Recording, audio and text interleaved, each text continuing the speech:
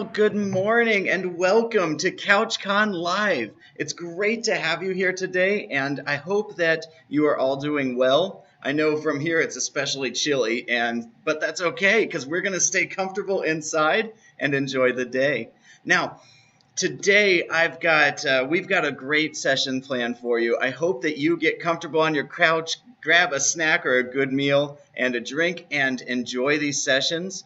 Now, it's easy to disconnect when things are online like this and to kind of sit back and relax. And we want you to relax, but also stay plugged in, stay connected to what's going on. The speakers may invite you to come into the comments and to join them for either questions or other activities. Join them there and get engaged. That's when you'll grow and you'll get the most out of this. Now, two things to note. On each of these tracks, there is a comment in the description for our Slack channel, so you can join us there for further discussion. Many of our speakers will be over there, so that way after their talks, if you want to connect with them, go ahead and join there. There's also a link to each of the other tracks. So if you're in track 1 and you're looking to switch to the other track while we're going through this, the link is right there to switch on over. Now with that, we have 2 tracks running here on YouTube. One is we've got track 1 and track 2. We didn't get too creative on the naming there. But yeah, so I want to first thank our sponsors today. So one of them is Improving, and I work for Improving. It's a great company that really pushes for outreach, and we'll hear more about that later today. But they're our gold sponsor. Without Improving, we couldn't have done this. And so I want to thank them for both the space that I'm using here and for getting things kicked off the ground. A virtual conference like this does still cost some money to get kicked off and get going, and so thank you, Improving, for that. And then I also want to thank Missy with Zag Studios, our silver sponsor. She has been working diligently on the branding and the kind of all these fun graphics and things that you're seeing around here to bring it all together cohesively. And she has been, and so go give some love to our sponsors. Check out Zag Studios on the link below. And okay, so with that, yeah, I hope that you have a great day. Go ahead, jump in the comments now, say hello to one another, and welcome each other. And I think that's pretty much what I had for this morning. So I'm looking forward to these great topics today. I know with many conferences canceling and being postponed, myself and many others felt a gap in the content and the gap in our own personal growth. And we wanted to see some more people grow out of that. And we wanted to grow ourselves. And so we thought, why not put together something where we can get our speakers together and we can get them to be able to still share that content and to grow our awesome tech community out there. And that's exactly what we're going to do today. Now, I guess I didn't introduce myself. I'm Christopher, and I work for Improving. I'm a senior consultant in Columbus, Ohio. And I love our tech community. I help organize several other conferences. And so this one kind of went from how can I help speakers share their content to, hey, let's build a conference. And so I also want to thank Missy with Zag Studios and Chris Steele. He's also with Improving. And without them, I could not have put this together. It takes a lot of work to put together a conference in just a few short weeks. And they've been instrumental in the operations of branding, the social media side, and everything that it takes to put this together. So thank you once again. And to each of you, thank you for coming and joining us today. I definitely look forward to it. We've got a lot going on that I think is going to be awesome. Now, I see people putting comments out. I think it would be that way in the chat. If you're on a phone, the chat's probably below you. Go ahead and scroll down, take a look at it. It's great to see you all here this morning. Welcome. And I look forward to an awesome day with you. We've got so once again, we are going to be bringing together 2 tracks of content to you. Don't forget to join our Slack channel for those of you that joined in a little later here for these announcements. We've got the join link down below, and I'll look forward to seeing you throughout the day. Now, we're kicking off our tracks here in about 15 minutes, and so we've got Steve Smith and, oh, I should have had this prepped.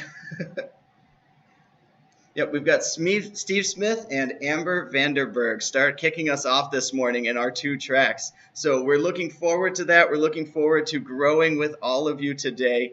And with that, I will see you, and I'll see you around later today.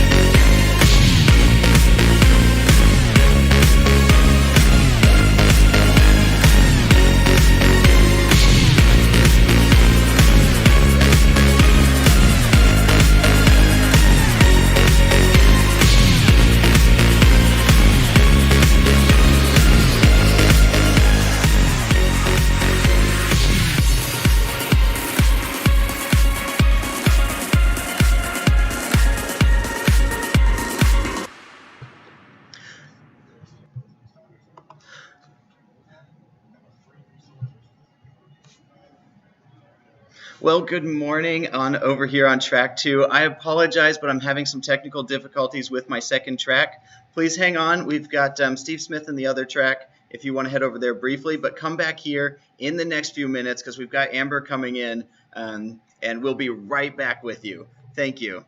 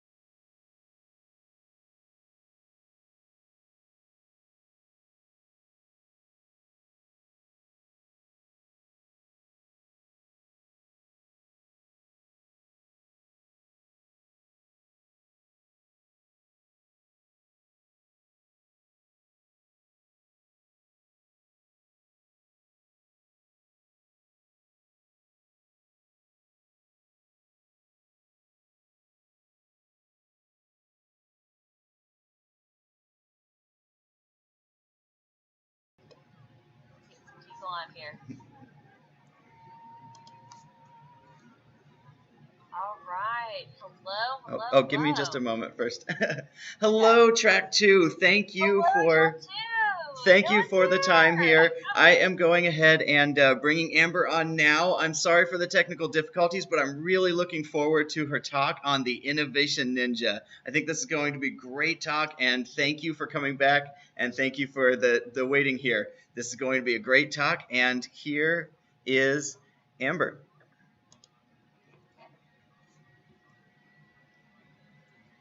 All all right. right. Hello. Hello, hello. Hello, everyone. I'm glad to be here. I thank you for the introduction, Chris. As he said, my name is Amber, and I'm here today to talk about the Innovation Ninja. So, oftentimes, whenever we are thinking about innovation, we there is a question of where innovation comes from. And especially in this COVID time, in this season of isolation, I've had many people bring up the idea of the lone wolf theory. Now, the lone wolf theory is really just this idea of a person that sits in a room all by himself or all by herself and thinks really deep thoughts. They think these really creative, these really innovative thoughts, and they are sitting all by themselves. But what we found over time is that many psychologists and many great thinkers have really disproved the lone wolf theory. There isn't just some brilliant man sitting in a corner thinking all of these deep thoughts. In fact, true innovation comes from our network, it comes from our collaborative moments. In fact, there are several books, including one by Stephen Johnson called Where Good Ideas Come From. And he writes that great ideas are actually a part of a collective genius rather than a single brilliance. And so, rather than one person sitting in the corner, there is a collective people all coming together. Which makes me wonder, why does the lone wolf theory exist to begin with? Well, oftentimes creativity is not the byproduct of isolation, but in our alone time, and in our isolation and in our quarantine, it can play an important role in one aspect of the creative process. See, moments of collaborative genius partnered with moments of silence and moments of digestion really result in a powerful moment of creativity and of innovation. See, we have moments where we are exposed to new ideas and new environments, and then it's partnered with moments of quiet reflection time. And so it's from ideas like this that we think about Einstein, that oftentimes went on walks down the beach so that he could digest everything that he had taken in. We think about Tesla, who expressed in his writings that his mind was sharper and keener whenever he was in seclusion and uninterrupted solitude. Both of these people had moments of immense collaboration, exposure to new ideas and new environments, partnered with moments of isolation and moments of time to take in and digest everything that they have been exposed to.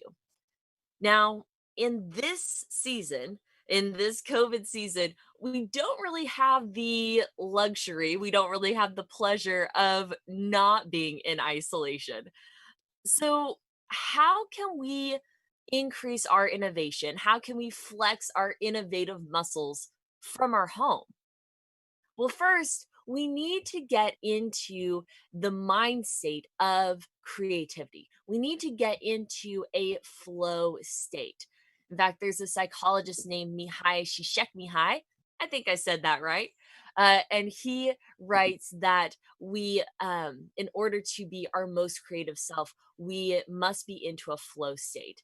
And this just means that we are participating in something that matches our ability and matches that challenges us. So if something is too challenging, then according to our ability, then we're more likely to get frustrated and want to give up.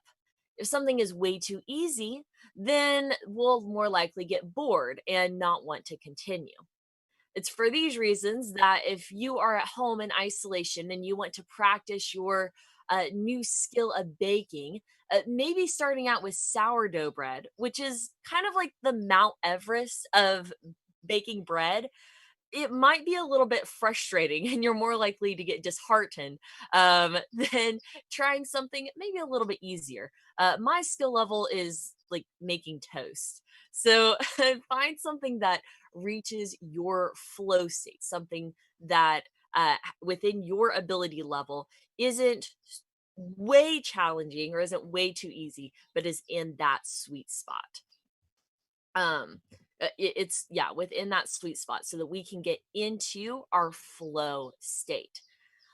Also, it's important to recognize the goal of why we are being innovative. Are we being innovative to try a new product? Are we doing it just to practice our innovation? Are we trying to overcome different obstacles? What is our goal with our projects that we are taking on? And this is important because it gives us some sort of framework within that we can work within.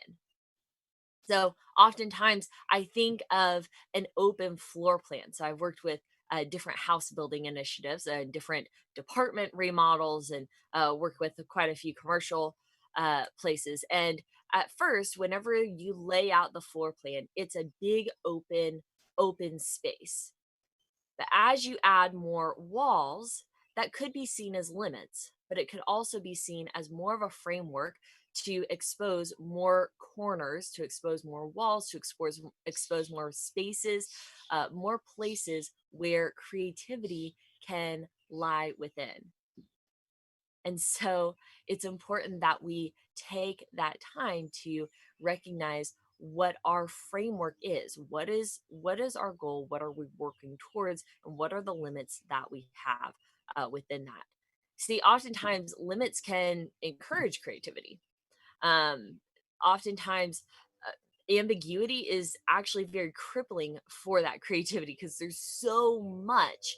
But if we provide a framework to work within, then it can be a little bit, it can provide us a framework to be more creative within that. And finally, whenever we are working and whenever we are flexing our creative muscles and to get into our creative flow state, it's important that we have a space that we can fully concentrate, have a designated space that you can be fully present in. So rather than half listening or half working on something, be intentional about creating a space, and creating a place where you can receive some sort of feedback. So that was a lot of information. That was a lot of information all at once. Um, but it's important to know that we need to have moments of collaboration and be in moments of isolation. And in that time, in our flow state, we can truly unlock our innovative muscles. So, again, that was a lot of info. Now, I'm going to, we are going to take a moment to practice our innovation right here, right now. See, we don't have to wait until quarantine is over. We don't have to wait till this season is over. We can take time to flex our innovative muscles. We can take time to flex our creative muscles right here, right now. You can actually use this time to build up your creative mind so that whenever we reemerge into society, you can be even more creative and more innovative than ever before. This is extremely important for, especially for organizations that have continuous product development, have continuous service development. It's through these innovative times that we can become, that we can stay relevant, that we can find the new ways to move forward. So, how can you practice innovation from your home. The first thing that you can do is to be exposed to new ideas. Now, we're really in luck right now because we have exposure to all of these virtual experiences, and you can indulge into different ideas from museums and libraries and universities. They're all opening their doors to new information for that you can indulge in for free most of the time. So take that time to be exposed to new ideas and be present in that time. So that's your first thing that you can do. Be exposed to new ideas. Find out those new exposure from libraries, from universities, from museums, and be present in that time. So while you're in that time of isolation, you can mull on those ideas and fully digest it. That one's pretty easy. The second thing that you can do at home is to try new things, right? So I gave the example of baking bread as one of them. Apparently baking bread is becoming all the craze right now. But I'm going to give you a little bit of a different challenge. I think I put on here, maybe I did not. If you have I'm going to give you just a second to grab a piece of paper and a pen. Grab a piece of paper and a pen, and we are going to have an ultimate creativity challenge. Actually, we're going to have two challenges, and the winner will get my ever never ending praise. Okay. So I'm going to give you just a moment, about 20 more seconds. Okay. So, what I'm going to have you do is I'm going to have you make an 8 box. So draw 3 lines. If put your paper landscape and draw 3 lines equally, and then 1 line through the horizontally through the middle. So that should give you 8 boxes.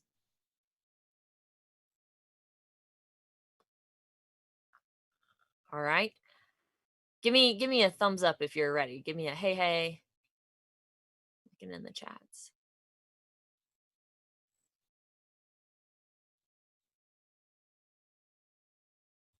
Okay.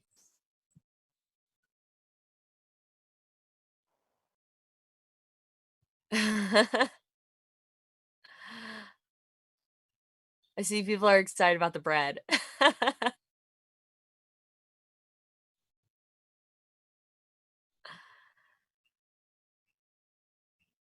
Okay. So, here's what I'm going to do is I'm going to give you 15 seconds. We're going to start off the day using your brain. I'm going to give you 15 seconds per box to draw a picture of a dog. When that 15 seconds is up, I'll say next. You will then go to the next box and draw a picture of a different dog. So you're going to have 8 different looking dogs by the end of this, okay? All right. It doesn't have to look great. You can keep it to yourself. Ready? Get set. Go. All right, let's see where we got.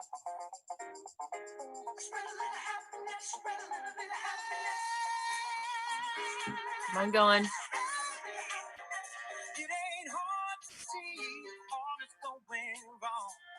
Next.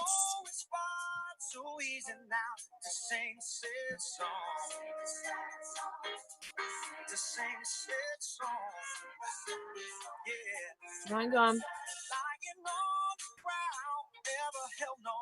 Next.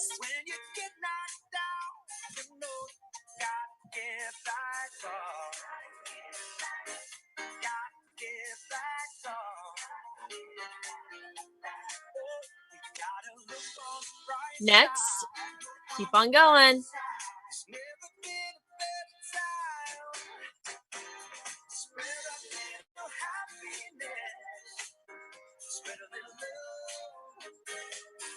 Next.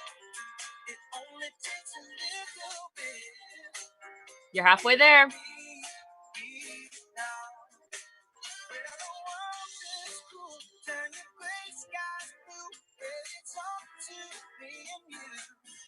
Next. Keep on going.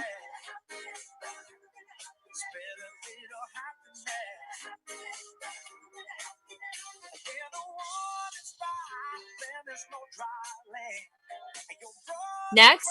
Got 2 more.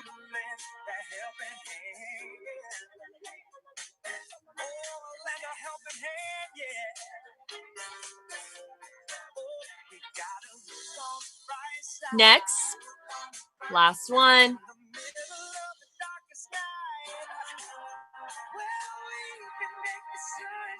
3, 2, 1.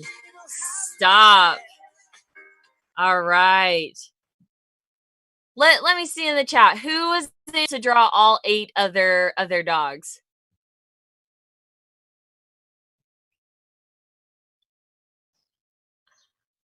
Wow.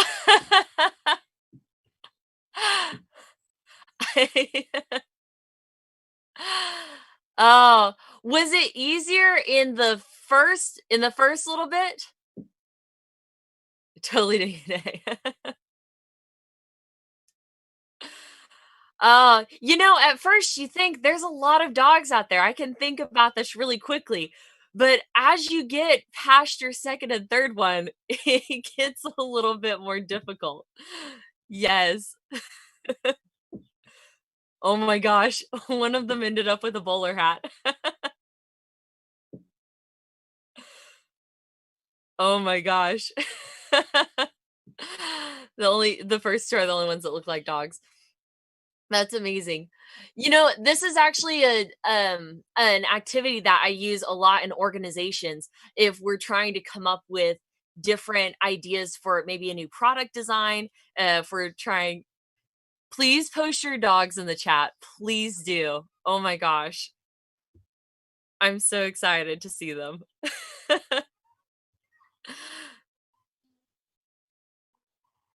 Starting to look less like, and I tried to distinguish them.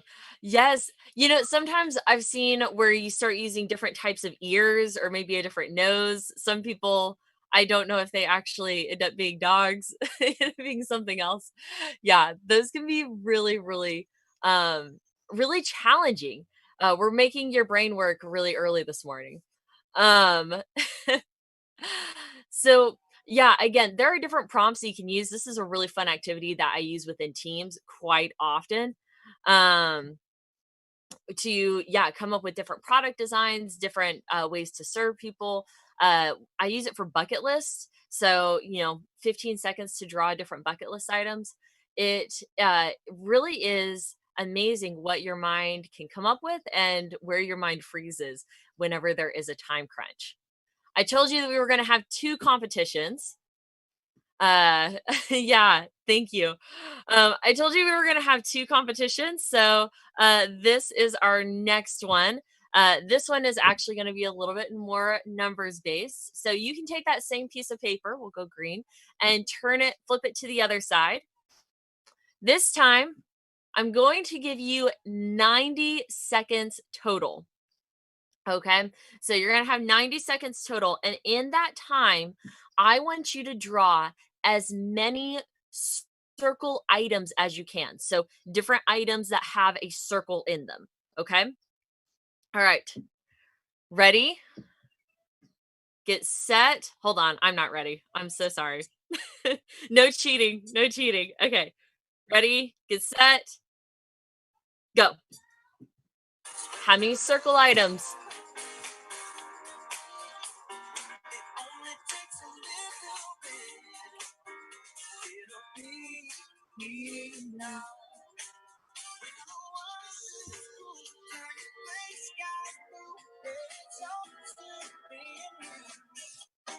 Keep on going.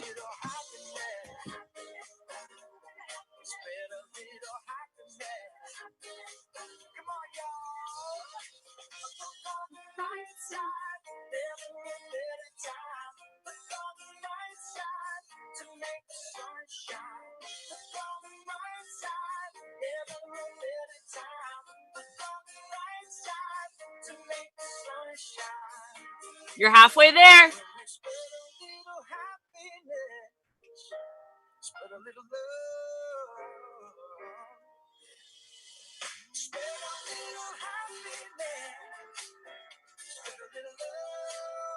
You got 15 more seconds. Keep on drawing.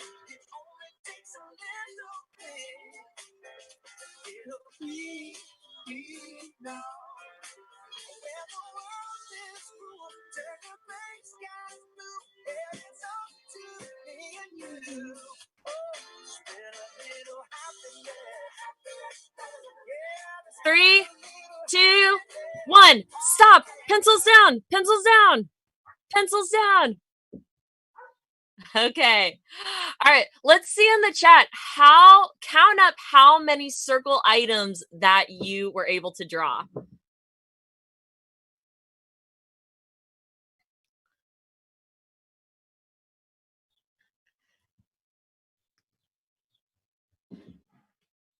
Ten.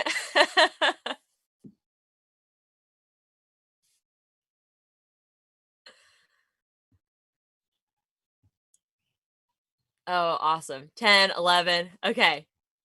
Was it easier with the first five or six that you drew, or the second half? Which one did you think was easier, the first half or the second half?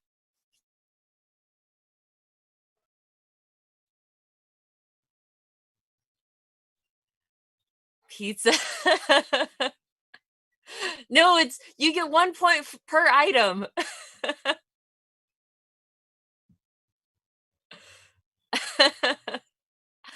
I feel like I always go to like fruits. So I'm like, that's an orange, that's a watermelon, that's an apple. The first half is easier, but this is easier than the dogs. Yeah, yeah, dogs can be really, really difficult.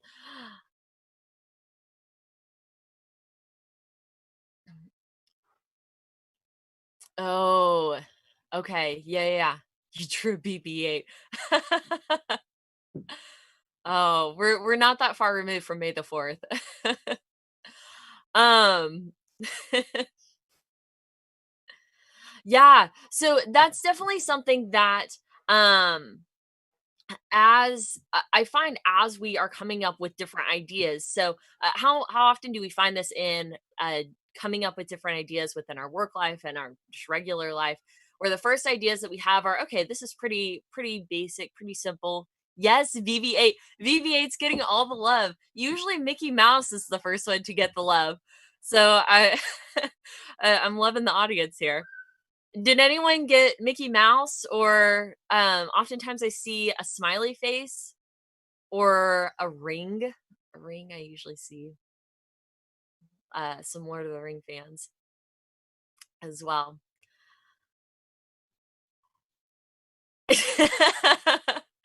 Keep in mind, I've been doing this activity for a long time. So I totally I feel like I can cheat now whenever I have it because I already have a lot stored in my brain.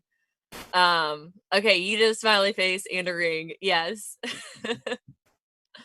Um, so that is a fun activity. You can see if you draw a line between your first half and your second half.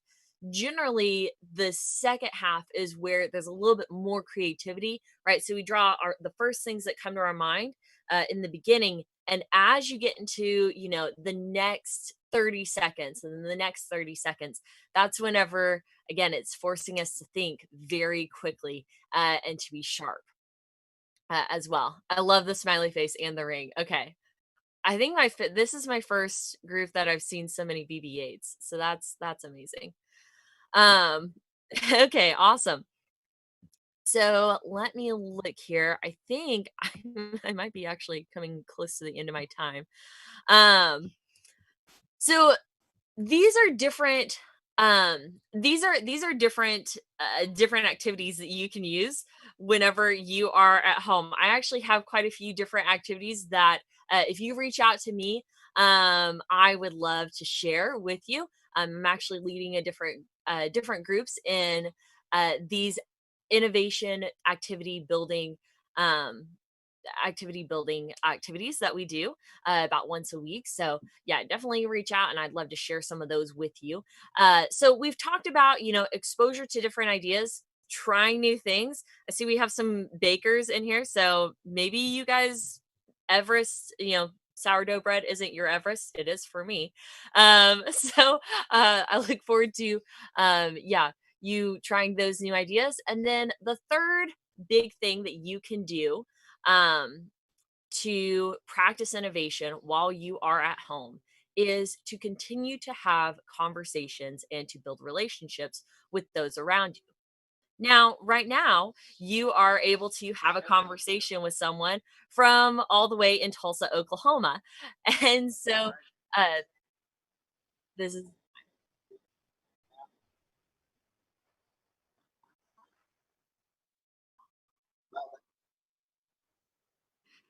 yeah. I didn't even see that. Oh man. I'm so sorry. Yeah, thank you so much.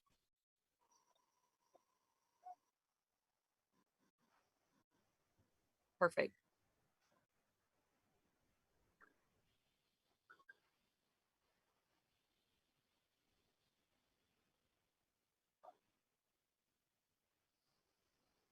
Mhm.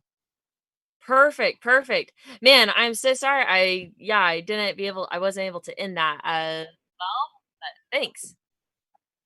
Thanks.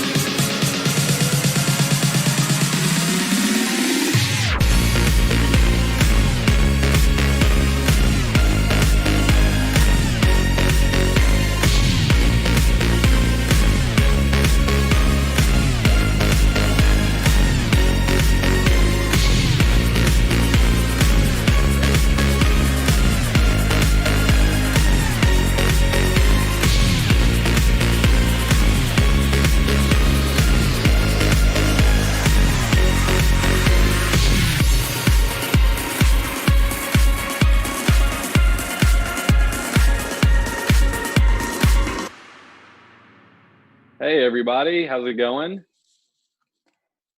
It's a good morning for me so far. Awesome, awesome, awesome. So we are here to present Getting Real Without Getting Fired.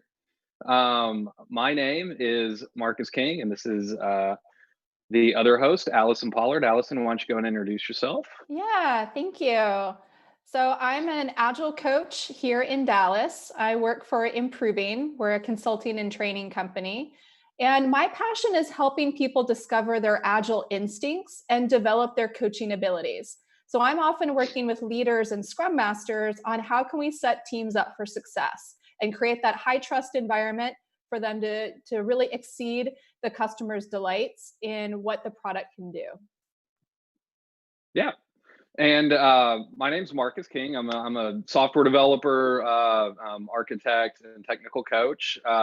And I really love working with teams, seeing what they're capable of doing, and just watch a team that usually when I step in, they're not fully coherent, they're not fully able to deliver, and I really like to see them coalesce around a common goal and start delivering for the business, whoever their customer happens to be. Yeah. And you and I had the pleasure of working together on a client, and that was really the origin of this particular talk. Because our role as coaches and consultants means that we're coming in to deliver some hard messages to the executives, to the teams, but we have to do it in a way that builds trust so that they're actually willing to hear it and not just escort us out of their office.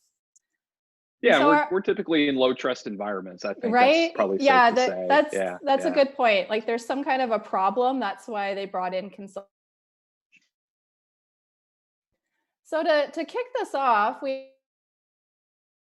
found in the chat, who of these characters would you trust the most and why? So if I had to pick a guy here, I would pick a girl. Everybody who knows me knows I'm a huge Minnie Mouse fan. And so as the live chat's picking up who they want to trust, I would trust Minnie Mouse because I love Minnie Mouse and I love Disney. Now I've been told I've been wrong on that. For me, Ty guy, he's an attractive looking guy, but he kind of looks like a used car salesman almost. Like he might be up to no good. He kind of looks like he's interviewing to me, like it's not often that you see the blazer, jeans, and the tie. It's really the tie that I think puts it over the top. Yeah, there's just something about the way he's looking at me that just makes me not want to. I'm a little standoffish towards him. Whereas Minnie, she's kind of cute and innocent. And it's like she's like, hey, I just want to have some fun and let's go enjoy Disney World. I'm all about Disney World. All right, so we have one person that agrees with you on Minnie Mouse, but there are two folks saying Darth Vader. And as I think about it, this makes a lot of sense because as we're all sheltered in place, like Darth Vader has the ability to like force choke you in person, which was handy, way back when. He could do it from like a social distance, like a couple feet away. That's really responsible and I appreciate that. But he can actually force choke you when he's in a completely different location. So, his skills really seem to apply in a wide variety of situations, and he's always clear on what he's expecting from people. So I could see where I could trust him. I could trust Darth Vader too, and let's be honest, he's holding a weapon in his hand, right? And so I kind of already know his intent. I kind of know what he's up to. I don't know if I can trust somebody when I can't see their eyes. And so for me, that's the only part where I'm like, do I really want to trust this guy? Because I don't even know if he's making faces at me right now. That's fair. Yeah. That's fair. Yeah. All right. Well, when we talk about like those conclusions, we've been sharing out loud some of our thinking, and people are recognizing, like Minnie Mouse, she has to play by the children's show rules, whereas like Darth Vader, like he's got his own agenda, his own set of rules that he can operate by. I think your point on like Darth and not being able to see his eyes is a really good one. And I've recognized like now that I'm on all these video calls it's much harder to like feel like I'm really connected with someone, because it means I'm having to look at my camera so that they can see that I'm really interested in connecting with them. But in order for me to like kind of get the visual feedback, like I might have to look away to like wherever the video lives on my screen. And as I like move my head, that means I'm disconnecting from them. So it's a lot harder, you know, in this kind of format for us to build trust with that body language that we've been accustomed to. Yeah, definitely. There's all kind of font, or not font smoothing, video smoothing and other algorithms in place for these live chats that make it, or not just live chats, but any kind of chat program, whether it's Microsoft Teams, Zoom, you name it, right? And it makes it really difficult for people to read the body language of others. And whether or not you're aware of it, whether or not you think you're good at this or it's something that you do, subconsciously we're always doing this. And so in a digital format like this, building trust is really complex and really difficult. Right. So that's like some of the decisions that are going on in our head as we're in calls like this to evaluate, do I trust this person? Do I not? But I'm thinking also too, like we were joking, right? You know, like Darth Vader, he has like clear expectations. Minnie Mouse, she has like a certain set of rules that she's going to operate by. Ty guy, we're still kind of questioning, you know, like, is he that used car salesman? Is he interviewing? Like, what's he trying to prove? You know, what is it that we can do to actually like communicate that we want to build trust? You know, how do we set forth like our expectations or like share our intentions? Seems to be like a thing that's popping up for me, you know, on, you know, have I told people like why I'm in this call with them, or like what we're trying to accomplish together? Do they understand what my role is? Yeah, I mean, I think you really hit the nail on the head there with the context is key on a lot of this stuff, right? You can hear something and think and assume you understand the context, but until you really spell it out, it just makes for a better conversation sometimes if you just put the context out there, even if it's sometimes a little bit painful to do so. Yeah, so let's jump into trust a bit deeper. So when we kind of like put a box around it, and we have this great quote from Stephen R. Covey, that trust is the highest form of human motivation. It brings out the very best in people. So let's kind of go back in the Wayback Machine here, Allison. And I'm gonna tell a quick story about I guess low trust. Does that seem okay to do right now? I'm willing to go there if you want to go there. Yeah, sure. So at a former client, I had the privilege of going there, and they were actually having problems delivering. This is the client Allison and I were talking about, and I get there, and on the very first day, I kind of get asked, "What am I even doing here?" So I get introduced to the team. The team didn't really know why I was there.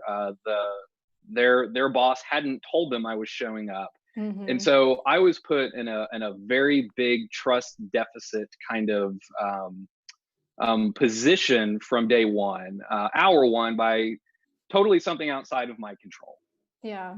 And I know you struggled with this as well on that day, did you not?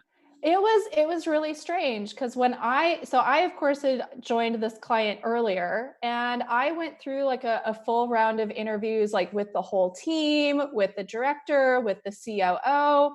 The COO had actually shared with me like their company values, and transparency was like one of the top 5. Like it shaped, you know, how they set up their office. So like all of the executives had open desks, all of the conference rooms had glass doors. This was a really big deal for them. And I remember like the day before you started, I had been out, I had to leave early to take care of some things. And so the morning that you're coming in, I get a text message as I'm driving to the office from the Scrum Master. And she goes, "Hey, did you know like we're getting a Marcus?" And I'm looking at this going, yeah, did you know that you're getting a Marcus? Like, how did the communication fall down? Like what has happened here? Because I had taken it for granted that of course Marcus would have it would have been communicated that he's joining and like what his role is. And people would have been like, excited to have this technical coach, an architect to help them get through some of the technical difficulties they were facing. Yeah, so let's go ahead and just define trust. And let's just kind of, I hate reading slides. I'm not going to read this to everybody. I'm not that guy. I want to key in on one word though here, if I may, and that's in the synonyms. That's the word faith. And to me, trust is faith. And I don't mean this in a religious aspect. I just mean it from an aspect of I'm putting faith in someone else, that they are going to do what they say they are going to do. And that sounds really simple and really easy, but how often do we show up and somebody says, I don't trust that person, right? Back to activity one. They might not even know that person. And maybe in that environment, that person doesn't seem trustworthy, but in different environments, they are very trustworthy. And I would almost bet that most people who aren't trusted by some are trusted by others. And so it's really weird how, and I'm sure this is true for me as well, as it is for everybody else, how you can break trust with people and not even realize it sometimes. And then it's what are you going to do to get that trust back from those people? And then more importantly, what is it you can do to position yourself to have as many people trust you from the get-go as possible, which, Allison, you can speak to this as a consultant, is really important when you walk in the door on day one, that you start building that trust and that you're viewed as a trustworthy person from the very outset of your engagement. Yeah, absolutely. Because I remember when I started at this client, the Scrum Master had been involved in the interview. And after I had started, working there for some time, I've been having some conversations with her, getting to know her, observing how she worked with the team. And one day she came up to me and she said, I'm really concerned. I have this feeling that you're here to evaluate me. And I don't know where I stand. I'm a little worried about my job. And to be perfectly honest, I'm kind of frustrated because, you, Allison, you've been able to come in and make some changes and get like all this support from the executives and like make it happen. This is stuff that she had already been raising for the last couple of months and hadn't been able to get any traction with it. And so, hearing her out and then saying, you know what? Yeah, part of my job is here to evaluate you. And honestly, like, here's what I'm already noticing and what I like, like I'm excited to see that like every member of the team has some note or some gift that you've given them at some point in time. It shows me that like you are the heart of this group. You're the one that shows them the appreciation and the respect that they deserve, and that they really count on that from you. I can also see how much you care about the product and you care about the company culture, and you're willing to go like above and beyond in your Scrum Master responsibilities. And so she and I actually then like partnered together, and I said, tell me, like, what are the other ideas that you've wanted to implement? Obviously, if it's a bad idea, we're going to have a conversation and I'm going to say, whoa, I'm not taking that one to management. But there was absolutely some ideas that she had where I was like, oh, you know what? I hadn't quite gotten that far, but like, let's see what we can do. And so I was able to help her like really embrace like her strengths and like her abilities as a Scrum Master to like really fill that role and like better, and then also move more into like an agile coach type of position for them internally. Because I was very clear, like, I'm a consultant. I am not going to be here, for, forever. Like, someone needs to be able to do this after I'm gone. And I really do think you're the one. But let's like work towards that and see where we stand, after a while. And it worked out brilliantly. Yeah.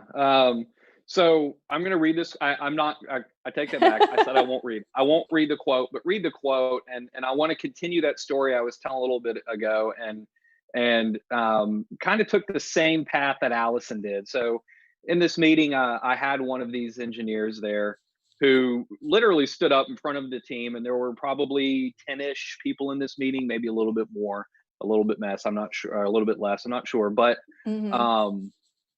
he just said, well, I don't understand what you're doing here, because we already know what needs to be done to deliver these products and deliver these features. And so we don't need you. You can pretty much just go home. And that was really hard. And so I turned it around on him, kind of the same way Allison just explained. I said, hey, you know what? That's great, because I was asked to come in and figure out what needs to be done. So if you already know that, I would love to be able to hear that from you. And then since I already have the ear of your executive staff, I'm happy just to take your ideas and present them to them as your ideas. And say, hey, you got some phenomenal engineers that already have an idea of what needs to be done. What do you think about these? And that kind of stopped him in his tracks, because he immediately realized I was on his side. Yeah. And I was listening to him, and he had my attention, and I wasn't just kind of brushing him to the side.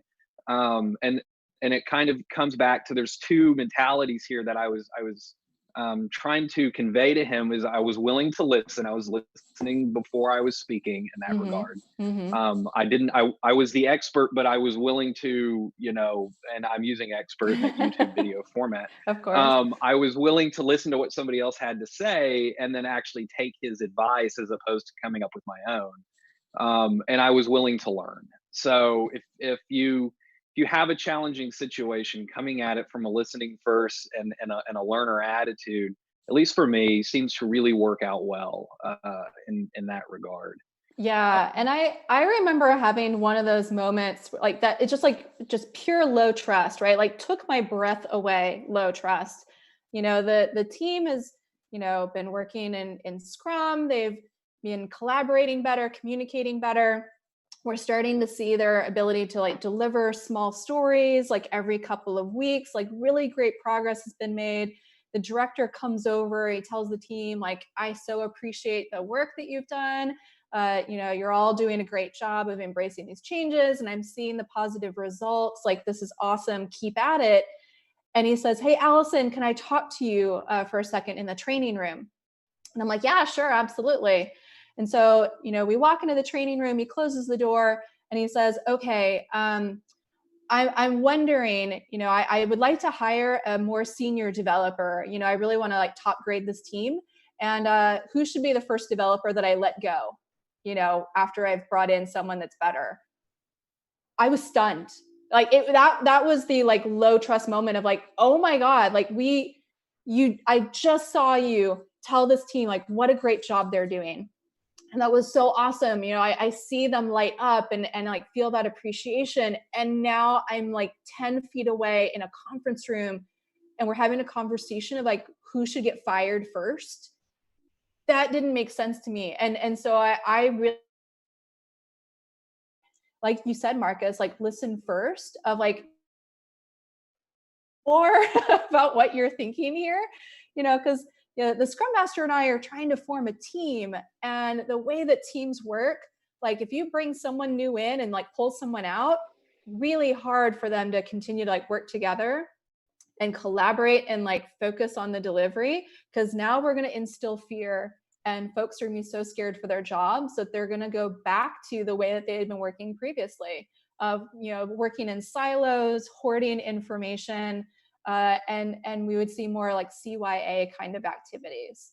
And it was a tough conversation. And I still didn't feel like I had really like gotten like clear resolution by the end of it. But just knowing like, I tried to listen, I tried to share my viewpoint, and here's the concerns, the consequences if we start going down that path, that we could, at least continue dialogue after that point. Yeah. So let's go to the model. Yeah. Yeah. So there is this model where perceptions are reinforcing the behavior. It's the collusion diagram. It's been written about in a couple of books by the Arbinger Institute, and we thought it'd be really helpful. So we start off like I do something. I have some kind of behaviors, and they're not so great. Like I'm having a bad day and I start taking it out on someone.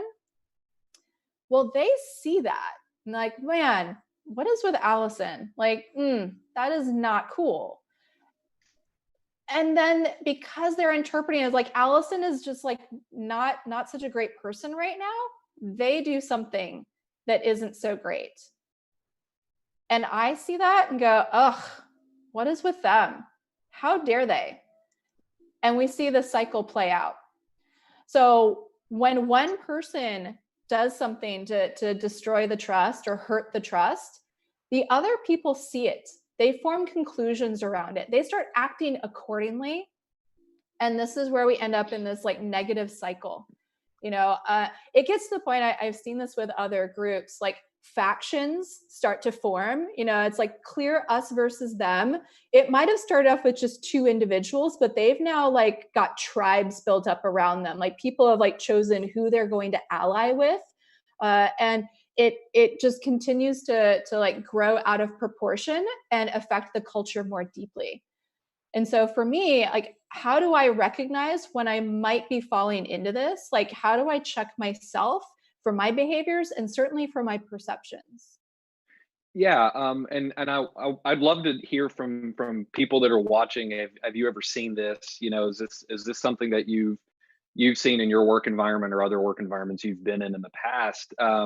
I think that, and it doesn't always have to be as aggressive as somebody blowing up in the middle of a meeting. It could be as simple as Right. I'm paying attention to my phone during meetings and not paying attention to the actual meeting, right? And Mm-hmm.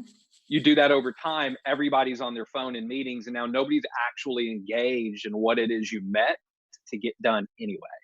And really the place that I see this kind of, and I don't want to necessarily say it's always bad behaviors. It could just be different behaviors, different expectations of how people interact with each other in the workplace is Yeah. M&A, right? Merger acquisition stuff where two companies come together and they have different cultures. And now you see different people behaving in ways that the other faction didn't necessarily expect.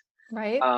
And so then it just kind of breeds this us versus them mentality. And how do you break through that to really get both companies now to come together as one and form a new culture Right. as one company? Yeah. Yeah. And again, thinking about, as we've all responded, to the COVID crisis, like the working agreements, the norms that we had previously, might not apply as we're all sheltered in place. And so you're right. Things that I'm doing might seem normal or appropriate to me, but someone else might have a different interpretation and go, oh, like that's not okay, right? Like it might not be okay for me to have like left my office door open and suddenly have like a pet, crawling around my desk in a meeting. Others, seem to like embrace that and go, oh my God, like put him up in front of the camera. I want to see him, and derail the agenda for a few minutes. It goes back to, you're right, the culture, like what is it we expect from one another? What is it we can count on one another for? And like, how do we need to show up in order to do that? Yeah, So definitely. to help us with that, I think what we've highlighted, Marcus, is that you and I recognize that direct communication is a really big tool in how can we set the relationship up for success, or how can we like reset it if we need to. Yeah, so I noticed in the comments a couple people say they're currently going through this. Mm-hmm. Super relatable, right? And so one thing I've done in this, and at that specific client, and I've done it at other clients as well, is I try to call out the elephant in the room sometimes. Yeah.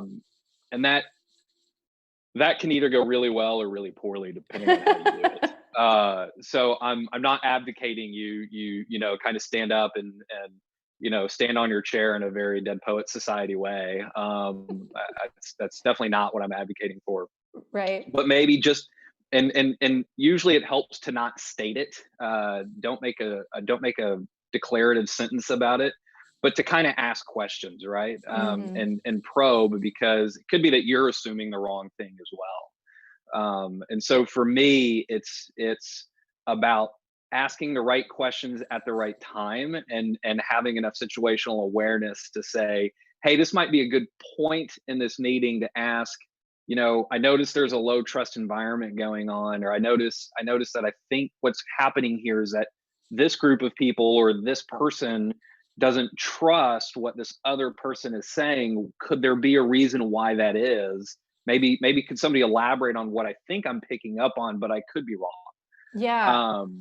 Yeah, go on, Allison. Sorry. Yeah, I remember very distinctly, like there was one meeting in particular where, like the developers, the scrum master, us, the director are all meeting, and the director was like very clearly trying to push something. And I don't remember what the exact idea was. But he had been talking and talking and talking. And there was that tension in the room. And I love that you call it like the elephant in the room, because I sometimes feel like you could almost like smell the elephant, right? Like that, just like, oh God, like something really awful is like happening right here in front of us. Like, what is it? But you very gently, said it feels like there's a lack of trust. And because you did it like so openly and like without judgment, it actually gave the development team like the way to just say, yeah, you're right. And here's what it is. Like we don't have a very good track record with our director. We've had conversations before and he'll say that he supports a thing, but then, something changes later. So we're just feeling like, a lack of confidence, that this is for real. And I think, from our standpoint, it's like, great. Like once we know that, we can now have conversations about like, so what does it mean for us to do this? And how are we going to know, if it's working, and like, what do we need to do? Like pre-planning, like if it starts to change or we don't feel the support, like how are we going to call that out? Like how are we going to acknowledge like future elephants if we need to? Yeah, I really think that's important. I've had a client where they had a few of their kind of more senior level people leave, and that was devastating to the organization at the time, because they felt like, these are the people that really have all the knowledge of all these systems that we have in place. And when something goes wrong or we need to know something, we go to these people and we ask them, and they can point us in the right direction. And now they've left, and we don't know what to do, because when there's a problem, we're not going to be able to figure it out. Right. And you kind of just have to say, so what is it you're really worried about? And sometimes it's job security. Sometimes it's it is truly like the anxiety of a production issue they can't solve and they lose their customer base, or a part of their customer base. And there's a lot of encouragement and other tools that kind of go into place there, that you have to say, what, you're a smart person, you'll figure this out. Sure, the first few weeks, maybe a couple of months, are really going to be awful, right? We're going to have to step through some things and look at some code that maybe we didn't realize we'd ever have to look at or even think about. But this is going to force us to to kind of up our game, as it were, and become better and more intimately aware of the code base and the interactions between the different systems that we didn't maybe have to deal with in the past. And turns out a couple months later, everybody, not that they don't remember that person, but they kind of look back on it as this was a growing opportunity. And so it was positioning it in that manner that allowed them to realize that they're going to be fine. Yeah, I dig that. So like when I think about how am I going to engage in this like kind of difficult conversation, or just like how do I break through some of the tension that might exist in the room, the radical candor model, comes up for me. And I love the simplicity of it. This was written about and talked about by Kim Scott. And she has shared examples on how, how much do you care personally? How much do you challenge directly? And if the other person can sense those, you're in a really great position. So the more that I care about you personally, the more that I'm like willing to challenge you directly, I'm going to be in that radical candor spot. And you're going to know I'm bringing this up because I really want to help you. I really want to see you like grow. I really want to see you succeed. That's why I'm engaging in this difficult situation or this difficult conversation with you. And she shares a personal example of actually, she used to work for Sheryl Sandberg. And so Cheryl's her boss and is talking to her after Kim has given this, like really high pressure presentation to the executives. And Kim is just so thankful that she's made it through this talk. Like she was nervous and anxious going into it. And now she can breathe a sigh of relief. But Cheryl's talking to her, afterwards and asking, like, how do you think it went? And, would you consider working with a coach, on your communication skills, your speaking skills? And Kim's like, yeah, I'm good. Like, no big deal. I'm glad that this is over with. I think it went rather well, all things considered. Well, Cheryl can tell that Kim is not quite picking up on the clues that she's been leaving for her, and she doesn't have awareness of some of the things that had happened in that particular meeting. And it gets to the point where Cheryl just finally comes up and says, Kim, you sound like an idiot when you say every 3 words. And that's a pretty hard message for someone to hear, but it was the exact clarity in order for it to get through to Kim to realize, oh, I didn't realize that the ums were that bad. I knew I used them here and there. I didn't, recognize that it was painting that poor of a perception of me. And that's obviously not how I want leaders thinking of me. So yeah, let's talk about that coach and how they might be able to help me going forward. What I find in most organizations is that we care so much about someone personally. Like, we want to be so nice and so kind that we're not willing to have that tough conversation. And this is the spot on the upper left that Kim refers to as ruinous empathy. And this is where, Marcus is such a great teammate, and, he makes jokes and he makes everyone laugh. I'm going to let some of his mistakes go for a while. And it might catch up with us. And there comes a point where it's like, oh, the stakes have gotten higher. And now I need to have an extra difficult conversation with Marcus because I didn't tell him about the previous mistakes or the previous challenges that were getting us to this point. And now he's used to me being like really friendly and really nice. And so when I come out and say, hey, Marcus, we have a problem, or like, we need to have a serious conversation, he's stunned, he's taken aback. And this is where people sometimes fall into situations where they're laid off or fired and didn't realize that, there were things going on previously that they could have taken control of, they could have been working on, but they just weren't aware of it. So when Kim talks about this model, obviously we're aiming for radical candor, but the second best place to be, as she explains it, is actually the lower right. And that's what she refers to as obnoxious aggression. And I think for those of us in IT, like, we might kind of go, oh, are we sure? Because we've seen some obnoxious aggression, within teams. That can be really rough and really awkward. But what it does offer is that, like, the point that needed to be made got out there. It might have been really unskillful. It might have been hurtful to someone else. But we can at least recognize like where someone stands and like what's important in that situation. And now we can go and coach them on how do we deliver that message differently, and how can we continue to like build the relationships where we don't have to like speak like quite so bluntly with one another. Like, how can we get better at listening so that every person feels the safety and the responsibility to share their thoughts within this particular group so that we can really find the best solutions.